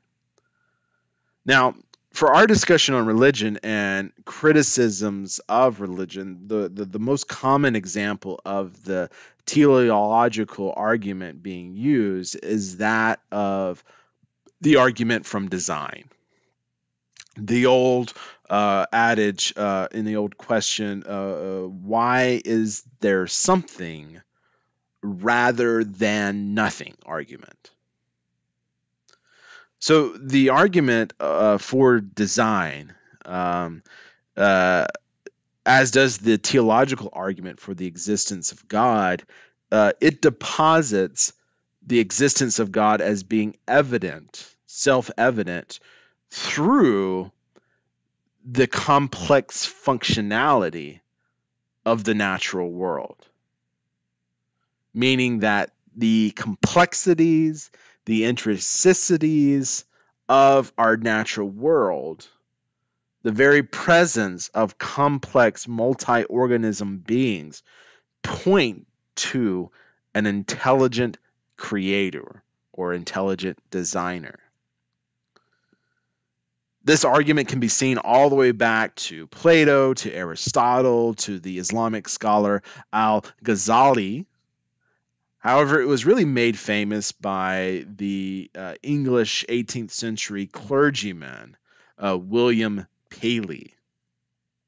Now, William Paley is famous because he used the analogy of a watchmaker, which was also used in various other explanations of God and explanations of philosophy and things like that. And Paley used the analogy of a watchmaker to argue for the existence of God based on the apparent design and purpose observed in nature. Paley compares the complex and the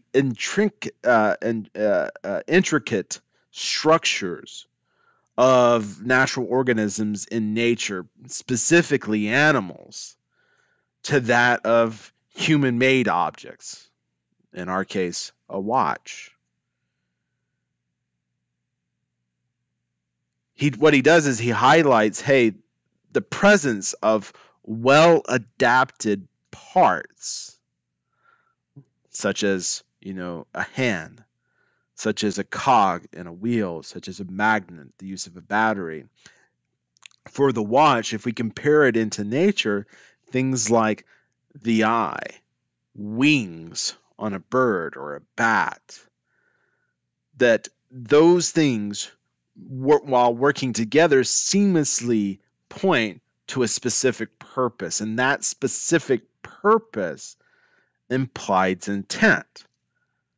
So just as the intricate design, the complex design of a watch implies the existence of a watchmaker who thus crafted it to have a specific purpose in mind, Paley argues that the even more complex design of nature and its functionality of the intrinsic parts of nature, like the beak of a woodpecker,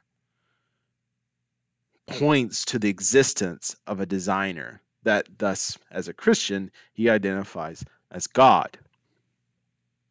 And so that the sheer complexities of these structures are unlikely to have evolved from evolution. It points to intelligence, or at least to a combination. I think he would also kind of give wiggle room to the ability of evolution, but he predates Darwin. So Paley's watchmaker analogy is a very powerful analogy, and is one that has many backers within religious communities. However, critics of religion often argue that the analogy breaks down, as the watch and its functionality have clear and precise purposes and don't have wasted parts, whereas nature sometimes seems to have wasted parts, wasted functionalities. What do I mean by that? Well, the best example that I can think of is, okay, Paley uses the idea of a wing, that the wing has a clear and precise, unequivocal purpose on a bird or a bat, gives it flight, the ability to fly. Okay, the wing, this part of anatomy on an animal. So what the hell is a wing doing for an ostrich? Think about it. An ostrich doesn't fly, but yet has the anatomy of a bird who uses wings to fly. So again, what's the functionality? What's the inherent intelligent design behind giving wings to a flightless bird? Now, you can say, well, what about the penguins? Yeah. And you can argue, well, the penguins use their wings when they dive into water. It helps propel them. It helps guide them. It helps makes them move left to right when underwater. Yeah, there's design clearly there. But when's the last time you seen an ostrich out in the Indian Ocean, in the Arctic? You don't see many ostriches swimming and diving into the water now, do you? No. So again, what's the purpose of these wings? They seem to be functionless. They seem to be flawed. Another example that I'd give you, okay, Why do whales have hip bones? They don't have legs.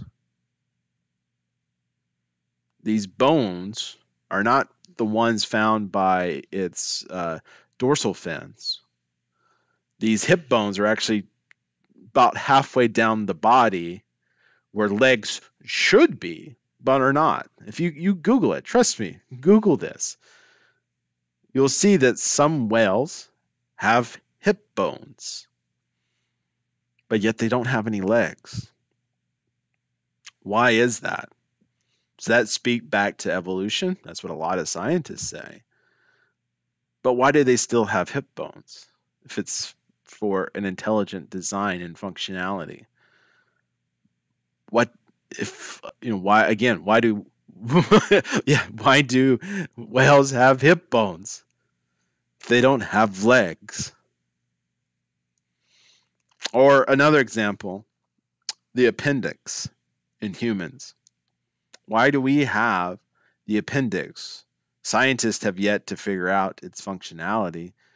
Humans have the appendix removed all the time, and we still seem to be going about. However, this little slither of organ at the tail of our intestinal tract, it can kill us. It can rupture and bust, but yet it doesn't seem to serve any functionality whatsoever. So a lot of people use those types of arguments. However, I'm going to be more precise here, and the main counter argument that we do see to Paley's argument of intelligent design comes from the French 20th century mathematician Emile Borel. And so Borel proposed what he called the infinite monkey theorem, which illustrates the concept of infinite probability. And so basically, what Borel argues and what he proposes is that imagine this. Imagine that you have an infinite amount of time. And with that time, you have an infinite amount of monkeys who all have typewriters and who are all banging away, striking at the keys of the typewriter, producing text. Now, eventually, both collectively, but also individually over time, these infinite amount of monkeys will produce intelligible, recognizable, literate texts. They'll produce writing. He would argue that with enough time and an infinite amount of monkeys, that collectively they would produce the works of Shakespeare, given enough time. Meaning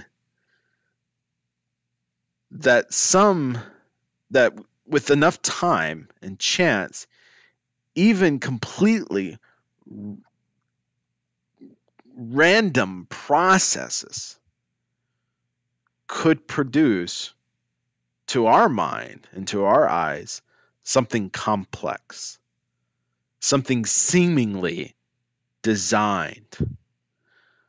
And without knowing the man behind the curtain, we would think, an intelligent designer.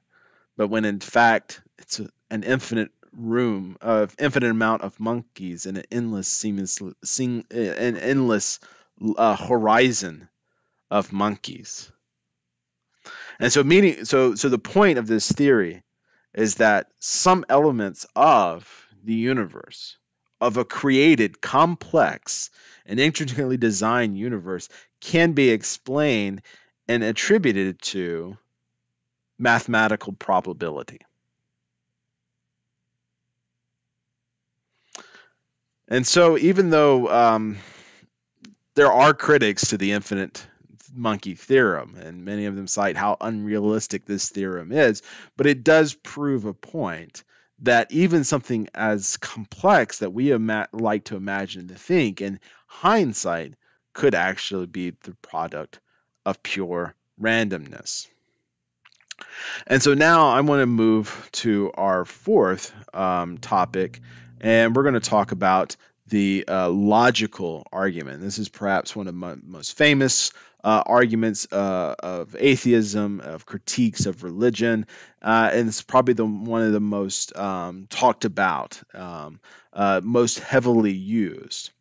And so this particular group of arguments, really a collective of arguments with the apparent, that deals with the apparent logical inconsistencies within religious beliefs.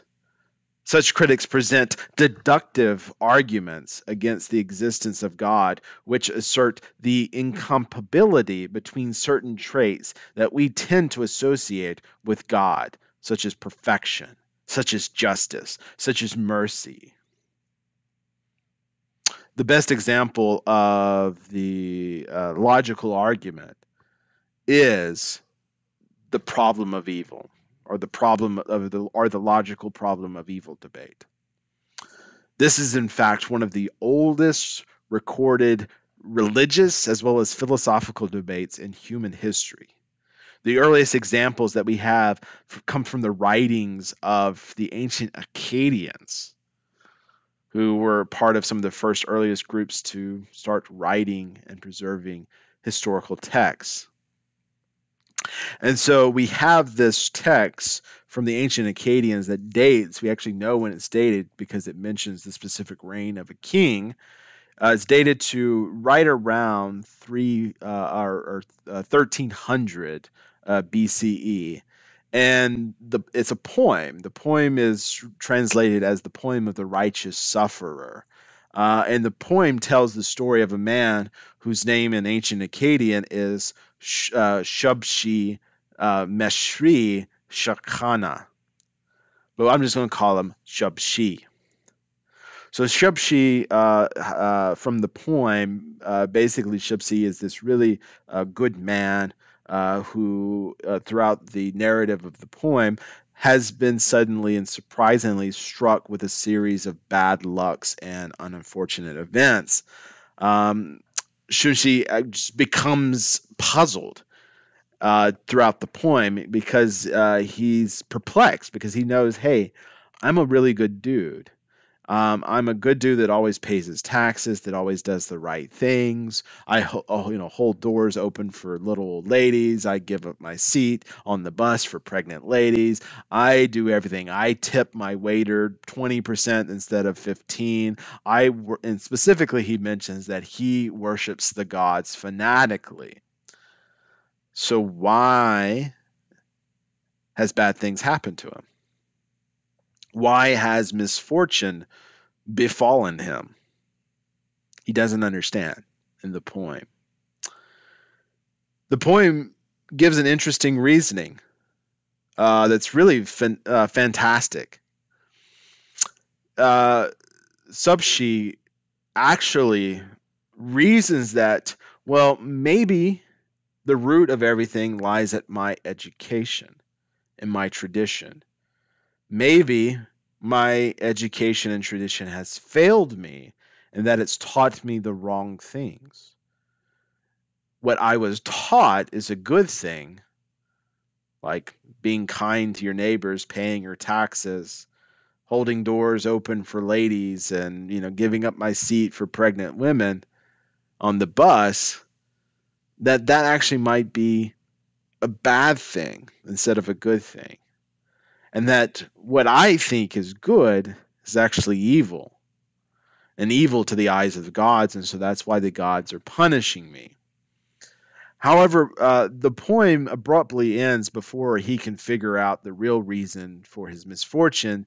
And right before he dies, he is delivered from his suffering by his Babylonian god, the god Marduk. Now, there's a similar story of this exact situation that is found in the Hebrew Bible, specifically in the book of Job. It's one of my favorite books of the Hebrew Bible.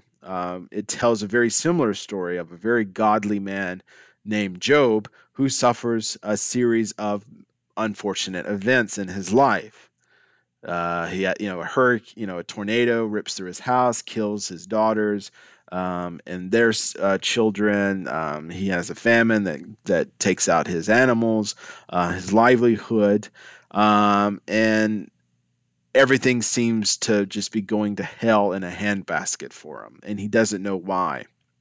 However, while this is unbeknownst to Job, the reader actually knows what's going on. The reader knows that the reason for all of this is that's happening to Job is basically a cosmic bet.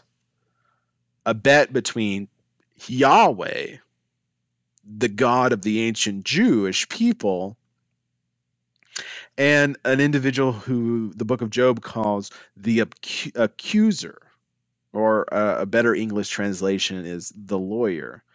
But however, in Hebrew, that term, the accuser, in Hebrew is known as ha-satan, which we get the English word Satan from. And so church tradition as well as Jewish tradition identifies this person as the devil. So you have a cosmic bet between Yahweh and the devil. And so the devil comes to Yahweh and bets him and says, "Hey God, Job's godliness. You're really proud of this man and his faithfulness. However, I know the dirty little secret. I know that his faithfulness and his godliness is directly linked to his prosperity and that of his family. If you remove your blessings and protections from him and strike out at his very essence, his very prosperity, and take away everything that he loves dear, he's going to curse you and die, is the common trope within the book of Job. God says, Psh, I like those odds. I'm taking that bet. And so that's the story. God, removes Job's prosperity. And like the Akkadian story, Job does not understand why bad things are happening to him. In fact, he has his friends who come, and his friends, he has four friends, and they tell him basically four different stories that, you know, God is an all good God, so you must have done something really bad, Job. So just confess what you did that's wrong, and God will forgive you. And Job knows he's innocent, holds it and says, I did nothing wrong. I'm in the right here. I'm not going to lie and confess to something I didn't do. He has one of his other friends that says, hey, the truth is that you worship God, you love God, but God's not who he says he is. He's not all powerful. He's not protecting you. Why don't you, again, curse God and die? And Job says, I can't do that. I'm a believer. I like my religion. I'm not going to do that. And he has all of his four friends that say similar things, and he says no. But he eventually gets bold enough in the story and says, you know what? I'm going to challenge God. I'm going to challenge Yahweh to trial. I'm going to sue God. And I'm going to prove my innocence to God. And when God shows up, I'm going to tell him what he did wrong, and I'm going to tell him that he's to blame, not me. Well, the story continues, and God actually shows up. God shows up for his court trial. And instead of answering Job and his questions, God tells him basically, Job, you cannot understand the whys, and you never will. And the story ends. The story ends like the Akkadian story with God delivering Job from his misfortunes at the end, but never gives him an explanation as to why bad things happen. And so that's one of the most common stories. However, what I want us to focus on is a debate that happens from the Greek philosopher Epicurus. And it's really his story and his debate that serves as the heart of the problem of evil debate. And so Epicurus starts his debate by asking a very simple question. Why is there evil in the world if we have gods? Why is there evil if there's God? So we note that within theistic religions, that's Hinduism, that's Christianity, Islam, Buddhism, Sikhism, Baha'i faith. These are theistic religions. And we know specifically within monotheistic religions that Epicurus points out four basic characteristics that make up as human, our idea and classifications and definitions of what we think and believe God is. It's four basic characteristics, four words. Omniscient, which means all knowing.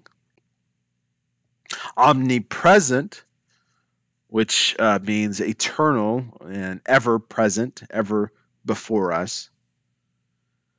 Omnipotent, which means all powerful. And omnibenevolent, all kindness, all loving. So Epicurus goes on to reasons that, hey, if we believe these about the gods, so if an omnipotent, omnipresent, omniscient, and omnibenevolent God exists, logically, evil cannot exist because God, our God, or the gods, have the ability to see it, to see evil, omniscient. The gods have the presence to combat evil in this world, omnipresent. The gods certainly have the power to eliminate evil, omnipotent. And the gods have the goodness and the desire to cease evil out of love for their creation, omnibenevolent. So again, all of this, Epicurus points out, it's very logical. So again, you can see the logical argument at play here. But he continues to postulate. He asks, why then is evil allowed to persist if we believe these things about the gods? Why is there evil in the world? Why do good people suffer bad things while bad people enjoy good things? He goes on to reason that, well, if there is evil, then God cannot be all knowing because he clearly isn't seeing it. Or if he does see it, then clearly God is not present in this world because he can't combat it. And if he does see it, and if he is present in this world, then and if evil continues to exist, well, then it must mean God is not all powerful. Because if he can combat it, but is not unwilling to combat it or is unwilling to defeat it, is an explanation of why it still exists. Or if God sees it, God is present in this world, and God is powerful, but doesn't choose to stop it, then God cannot be all loving. So Epicurus reasons then that because there is evil in this world, therefore an omnipotent, omnipresent, omnibenevolent, and omniscient God does not exist. The presence of evil, according to Epicurus, logically disproves our narratives about God and his existence. Now, that's a very strong argument, and I just presented you there the atypical problem of evil debate. Again, made famous by Epicurus over 2,000 years ago. that is still being used today. However, there is a counter argument to the problem of evil. It even has its own name. Its own name is theodicy, which is the problem of evil. The combating of the problem of evil, or defending God is really the better translation here. But theodicy is what's known, and the defenders of religious tradition generally posit three separate arguments, or a combination of all three as well, as their defense. There is the greater good response, there is the free will response, and there is the mystery response. And so we are going to start with the greater good defense. So the greater good defense, or the greater good response, actually comes from the Bible itself. It comes from the story of Joseph. Now, not Joseph from the New Testament, or the father of Jesus who was there at the little manger in Bethlehem. No, we're talking about the Old Testament Joseph. Joseph, who was one of the 12 sons of Jacob, and from Genesis chapter 39 through 50. The story goes from the Bible that the Jewish patriarch Jacob had 12 sons. 12 sons who would later become the 12 tribes of Israel that would help be the roots in the establishment of the nation of Israel, both historically as well as to today. That from these 12 sons, Jacob had 4 different wives. However, out of his 4 wives, Jacob had a favorite wife, Rachel. The story goes that Jacob labored 14 long years working for his soon-to-be father-in-law, Laban, in order to have the hand of Rachel, because of how much he loved Rachel. That he was willing to wait 14 years and work hard and long hours. And the Bible says is those 14 years felt like 14 seconds because of his love for Rachel. So he loved Rachel. And thus, since he had a favorite wife, ergo, he had a favorite son, the firstborn of Rachel, whose name was Joseph.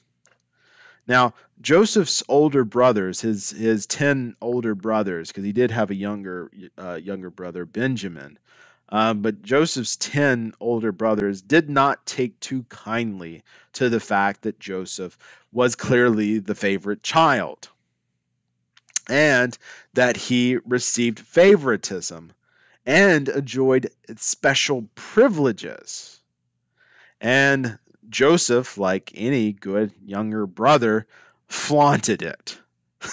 He loved to flaunt it in front of his brothers. He loved to flaunt his status. And so what do older brothers do? They get jealous. His older brothers got tired of it, got tired of the favoritism, and decided to do something about it.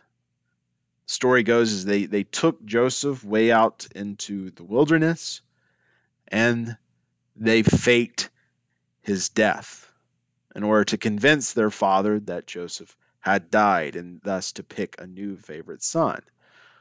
But instead of killing their brother, they in turn sold Joseph into slavery, making a few bucks along the way. So the biblical story goes on that Joseph spent several years of his life in slavery. He experienced mistreatment, unfairness, but in the end, because of his talents, because of his gifts, he was able to shine. And he was able to rise out from the prison and straight into the palace, where he would become the vizier, the second in command to the Pharaoh of Egypt, thus kind of completing the literary trick here of now he becomes the favorite of the Pharaoh. The story goes on and continues that over time, around 7 to 14 years, that a severe famine has struck the land of Palestine, forcing Jacob and his 11 sons to seek the mercy of the Egyptians concerning food and their survival. And so the story goes that the 11 brothers of Jesus, or excuse me, the 11 brothers of Joseph came to Egypt for aid without knowing or recognizing who Joseph was. But Joseph immediately recognized, there's my brothers, and they're asking me for help. However, the story says that instead of taking revenge on his brothers, that now he has the opportunity, instead of taking revenge, Joseph forgives his brothers and instead saves his family, as well as saves the entire Jewish people from annihilation. Another common theme that we see throughout Jewish history and still to this day. So, from the story, Joseph laments perhaps one of the greatest lines from the Hebrew Bible, which thus serves as the heart of the greater good response. He laments to his brothers, saying, what you have intended for evil, selling me to slavery, lying to my father, having me live and be mistreated for years and decades.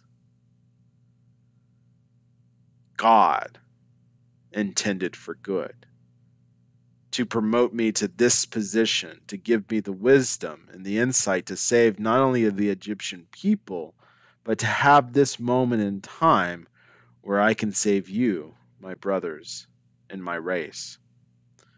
So what you intended for evil, God intended for good. And so the core of this argument of the greater good response, the premise of it is that although God is an all powerful, all good, all knowing, all loving God, that he allows evil to exist and suffering to exist within creation because through evil and through pain and through suffering, these things seamlessly serve a greater good in the long run. And that even if we cannot always understand it now from our own limited perspective, we will at the end. Meaning that suffering fosters character development. Suffering produces empathy. Suffering produces compassion in individuals, leading us to be morally good and morally mature in a world where, if you contrast that with allowing evil not to exist, you will never be able to appreciate the good. But the critic to this defense of God and to the greater good argument is, I'll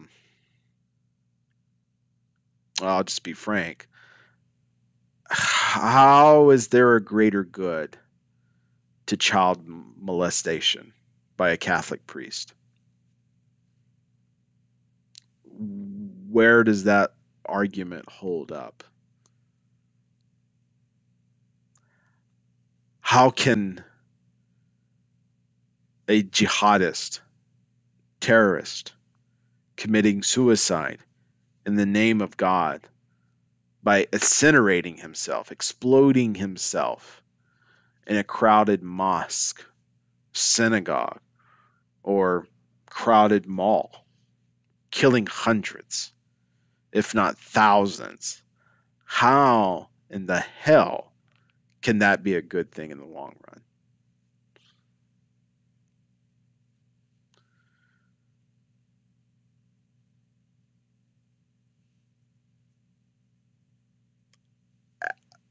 Attributing all this kind of cruel and undeserving suffering to some great divine plan is sadistic. giving child cancer, how is that a greater good?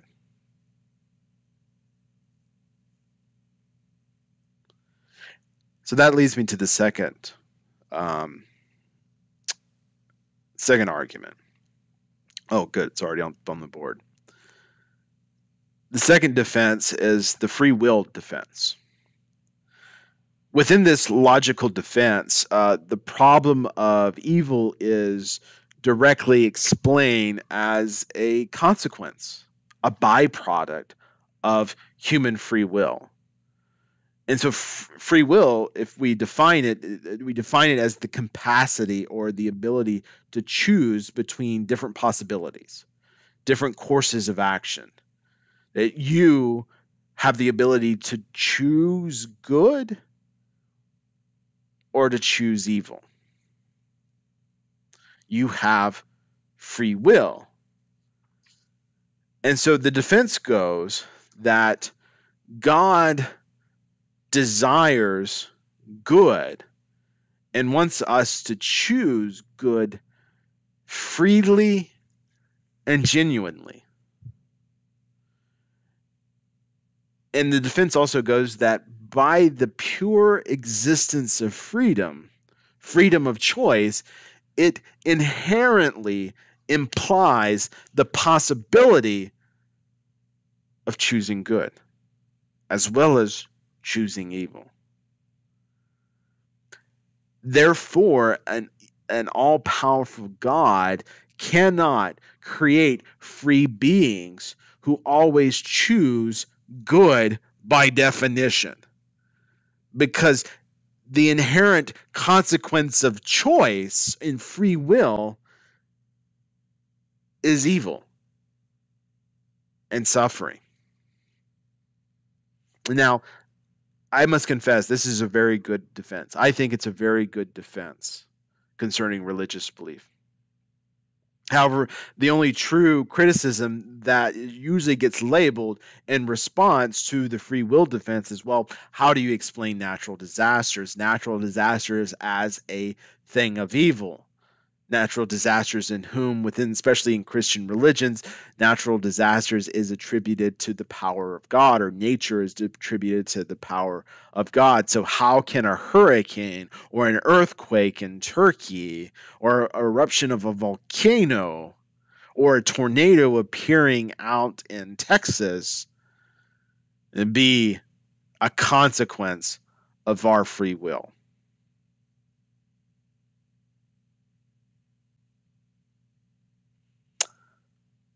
And so that's really the only major critique that I do see and recognize when I hear defenses is, okay, how do you explain, if as Christians believe that God is the God of nature itself, how do you explain natural disasters? Who started the hurricane? Who started the volcano? Who started the earth? Well, that's just a consequence of law and nature. But anyhow, I wanted to point out that. The last defense here is known as the mystery response, or the mystery defense. And basically, really quickly, this response to the problem of evil basically acknowledges human limitations when it comes to trying to explain evil and suffering in the world. The defense doesn't attempt to provide a rational explanation for the existence of evil, but instead acknowledges, well, basically, God's ways and purposes are mysterious to us and ultimately beyond our comprehension. God's existence, God's nature, God's motives are infinitely greater than our own, and our own ability to understand and transcends our finite understanding. Thus, humans, with their limited perspective and knowledge, cannot hope to fully grasp God's plan and the reason behind why we suffer. The counter argument to that is basically having them acknowledge, you're just punting on this point, aren't you? By just saying, it's just a mystery. We'll never understand, so don't question it. This is a very prominent defense within Islamic writings and within Islamic philosophy and religious theology. It says, don't engage with the problem of evil. Just acknowledge that God's ways are beyond yours understanding. Religious critics would say that's a punt. You're punting the ball. You're giving up. So the very last point that I want to talk about here, the fifth one, is what is known as the moral argument. And just like our previous characterization, the moral argument is really a collection of various critics of religion concerning questions of morality and religion. Concerning the defense of religion or the justification of it concerning belief in God, one of the most prominent arguments that you will see is the argument that without religion, there is no morality. And so, at the heart of this debate concerns the question of source, the source of morality. And so, proponents of religion argue that morality and religion are synonymous with one another, and that, in fact, morality depends upon, is contingent upon religion and religious teachings and its traditions to provide the framework for dealing with moral dilemmas. So, for example, um, imagine that you are short on cash this month. And I imagine, like a lot of you, that's pretty reasonable to imagine. Your credit cards are maxed out. Your rent is due. You have several bills, your water bill, your electric bill, my car note, everything is due at the same time. And you're super frustrated. And you're not going to get paid until next week. But you happen to be working late that night at your job, and part of your job is you have the responsibility of counting money, counting the money, and then depositing that money into the bank to the night drop. But you really need some money, and you need it fast. And you start thinking to yourself, well, while you're counting the money, you have it in your hand. Hey, I've got some money right now. Nobody at work will notice if the nightly deposit is just a bit short. And you can always pay it back once you get paid. Your paycheck's coming soon. You can get the money, you replace it, nobody will know, right? How is it wrong if nobody knows? And how is it wrong when you know you're going to pay it back? Where's the harm here if I take some of the money to use to pay my rent? Well, the religion, or here specifically the Bible says it's wrong. The Bible says it because it commands, thou shalt not steal. Thou shalt not lie. Thou shalt not covet thy neighbor's property. The New Testament goes on to say slaves, but here we'll insert employees. Employees, obey your masters, obey your bosses. So you can see the moral structures and frameworks are being established by religion of how you deal with this situation. I can't take the cash because the Bible says thou shalt not steal. I can't lie about it if the money comes up short, that I deposited all the money, but yet the bank says one thing and I say another. I can't lie about that. And the Bible says clearly not to covet my neighbor's property. This isn't my money. This is my company's money. This is my team members' money. This is their paychecks as well. I'm not to covet what's not mine.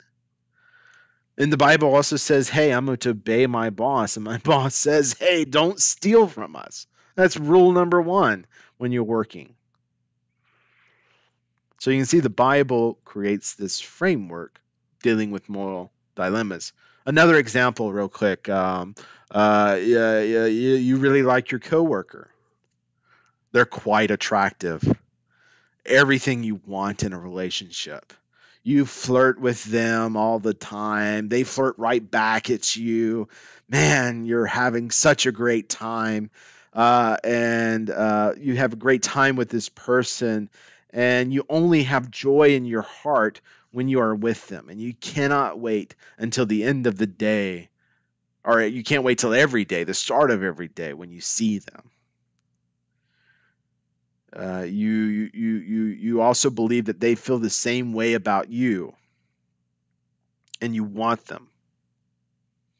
However, there's a but, a big but. They're in a committed relationship, engaged, married, pick one. But man, you really want them, and you feel they want you too. And hey, like they say in the movies, all's fair in love and war. So is it right to pursue them? Don't I deserve to be happy? Well, according to religion, according to the Bible, the answer is no. The Bible clearly states, thou shalt not covet thy neighbor's wife. Thou shalt not commit adultery. And in the New Testament, Jesus goes further in the Gospels when he says, hey, even having lustful thoughts about someone else who's in a relationship is equivalent to you committing the act of adultery.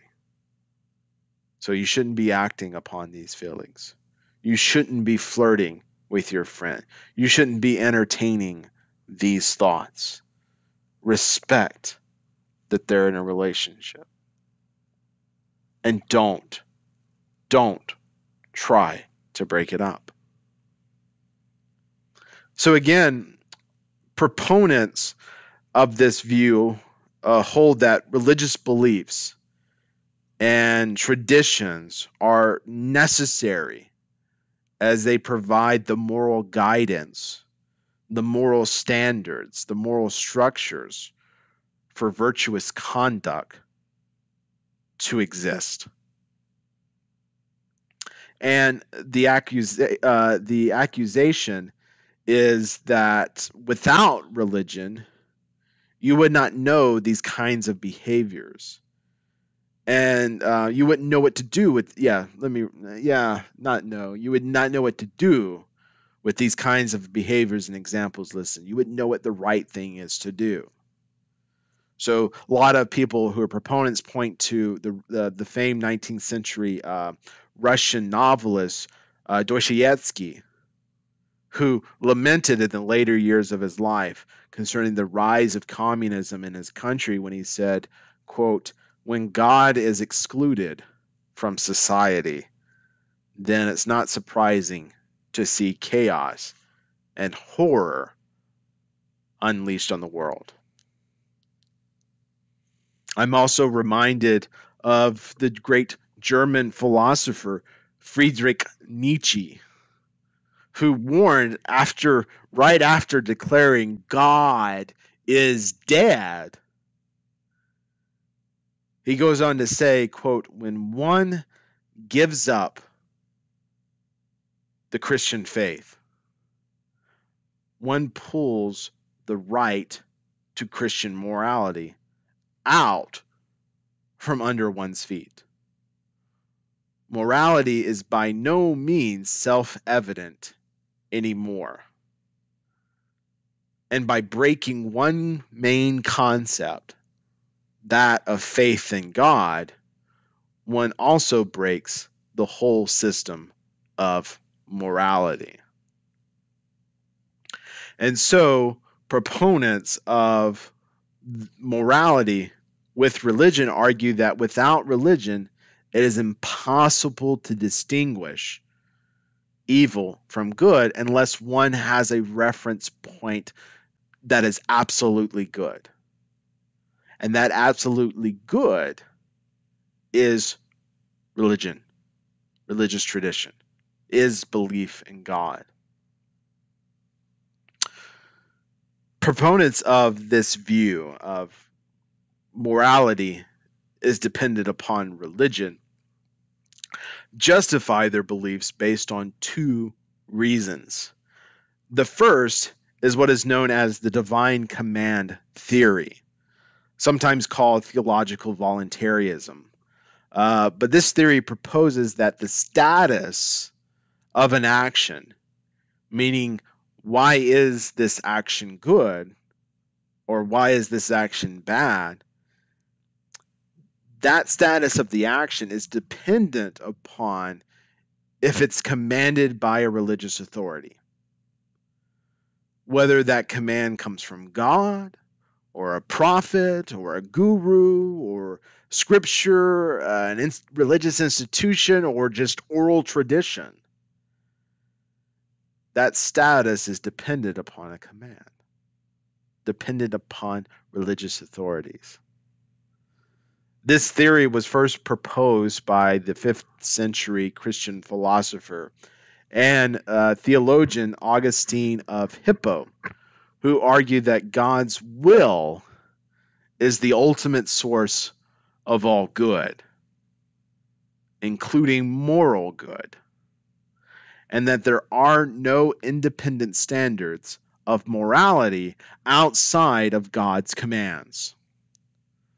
Augustine further argued that actions in of themselves have no value, no moral value, and that action is solely declared good because God commands it.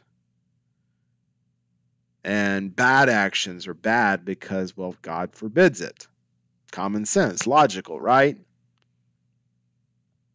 Well, to be fair to Augustine, and he can sometimes sound like a dick, and these comments that I just made here make him sound like a bit of a prude.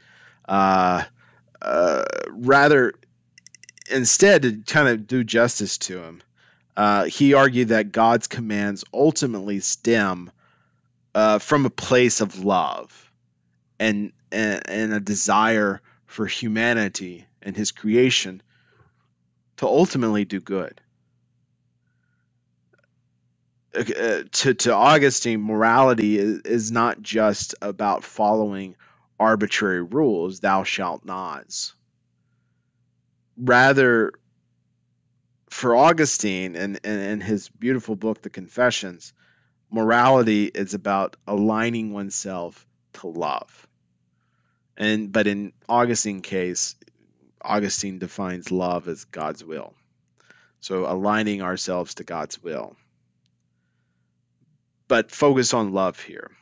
Just because, like I said, I don't want him to be a dick. And following God's love, or really God's commands, or here, this is where we can insert religion. So let's insert religious tradition here. So following religious tradition here, according to Augustine, leads us to true happiness, and something that he famously calls summum bonum, which means the ultimate happiness. And so straying from religion leads to suffering and misery, according to Augustine. So that's the divine command theory. There's also the second reason is what I call religious consequentialism. And this is very similar if you know philosophy here, this is very similar to the ethical theories of quintessentialism, or not quanta, consequentialism. But religious consequentialism argues that morality of an action is dependent upon outcome, the outcome that it produces. So instead of maximizing overall happiness or utility, as in secular consequentialism, religious consequentialism prioritizes outcome, and it focuses on concerns of divine retribution and as well as the fate of your own soul. Meaning that the reason we have religion, and thus the reason we have morality, is that if we commit evil, we are destined to the fires of hell. Or that if we misbehave and do bad actions or produce bad karma, it will keep us stuck in the endless cycle of samsara. So that's religious consequentialism. But critics of religion and this religion plus morality argument argue that religion is neither necessary nor sufficient for morality. And in some cases, religion is actually, in fact, counter to morality. And so one of the very first people to push back against this idea, this belief that true morality was only possible through religious conviction, was the French 17th century philosopher Pierre Bailly. And so Bailly argued that humans have a natural capacity for understanding moral precepts, because this capacity, this natural capacity, arises out of our own ability to reason, our own ability to be empathetic, our own social interactions with other human beings. That we're moral, in an essence, that we can be moral because our society and our experiences and our conditions can also teach us and provide a framework of how we should behave. And that's true. You look at a child learns how to behave by mirroring his parents, but also by learning the boundaries from his parents and through discipline. It's not necessarily through religion that he learns this. He learns this again through parents. And it's a natural human capacity. Bailey points to well-known historical figures in society who are celebrated for their moral behavior, despite not being Christians or adhering to the Christian faith, to prove his point. And one of the best examples that he uses is the example of King Cyrus the Great of Persia, who celebrated in the pages of history, but also and specifically are celebrated in the pages of the Hebrew Bible itself, and even declare him a Messiah for his policies concerning religious toleration at a time of great intoleration, as well as his policies concerning cultural restoration of conquered people and previous conquered people. King Cyrus the Great earns the name Great because he allowed for enslaved people, specifically the Jewish people here, to return to their homelands after being in 70 plus years of exile in a foreign land. It allowed the Jewish people to return to the land of Palestine and to rebuild their temple with Persian money and with Persian protection. Cyrus, because of this, was called the Messiah. And yet Cyrus wasn't a Jew.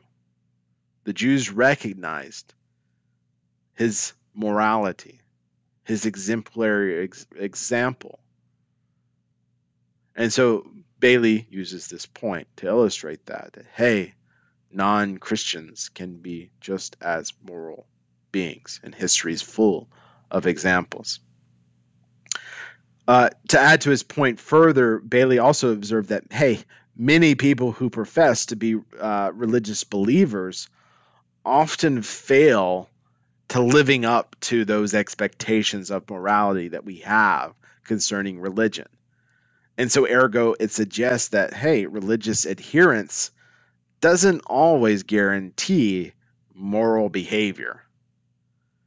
And Bailey, to use an example, he just really recants recent history concerning the personalities and the histories of the Roman papacy, the Pope of the Roman Catholic Church, the Pope who's supposed to be the representative of Christ on earth, who's supposed to be the very essence of all that is good, all that religion does. He, of anybody, is supposed to be moral.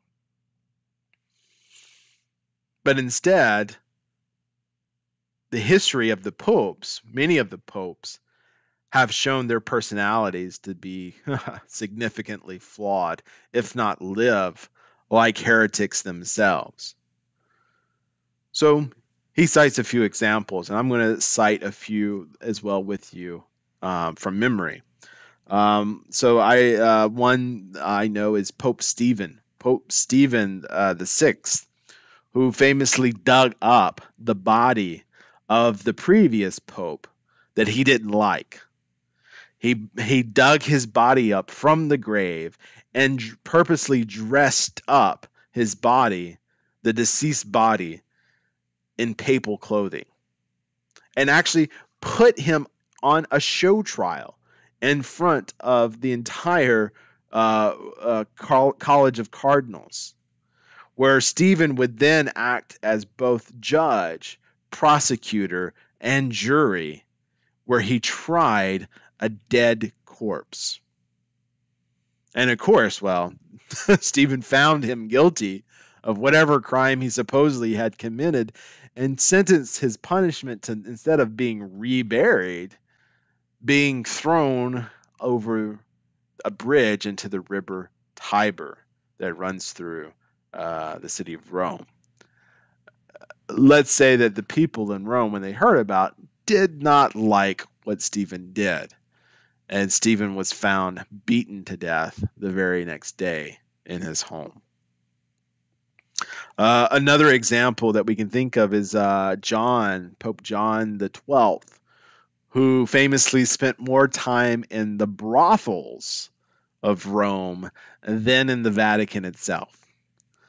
He was known to gamble church tithe money away. And he was also accused of killing a priest who had caught him in the act of committing adultery. That's Pope John the 12th. There's a long list. Let me think.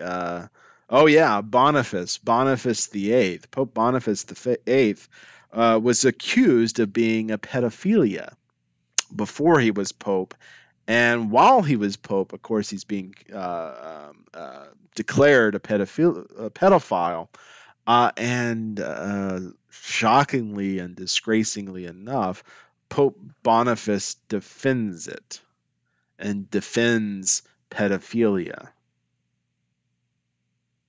Talk about a pope. And there's also Pope Innocent. Pope Innocent the Eighth is known to have several illegitimate children while he was pope. And that's, like I said, that's just to name a few to prove the point that being religious does not guarantee moral behavior. And finally, Bailey also argues that, hey, religious texts, religious doctrines can be and have been misinterpreted, misused in order to justify violence, to justify intolerance, and to justify harmful actions. Bailey just has to cite history again. History is full of examples of religious wars and of religious persecutions being done because of misinterpretations. How is that moral? Bailey asks. And so this ends our discussion concerning atheism, concerning the critiques of religion, concerning the critiques of the existence of God, and concerning a defense for religion. I want to end this lecture by also reminding all of us that I'm not here to advocate for a religious belief. I'm not here to advocate for non religious belief. Instead, what I'm doing is providing you with information, having a discussion of what has been the debate concerning religious belief here. What has been the debate concerning the existence of God? And arguing that, hey, see this, if you're religious, see this as constructive criticism, particularly this last part concerning uh, this idea, this notion that being a religious person guarantees you that you have the moral superiority. Be better than that. Be better than church history. Be better than religious history.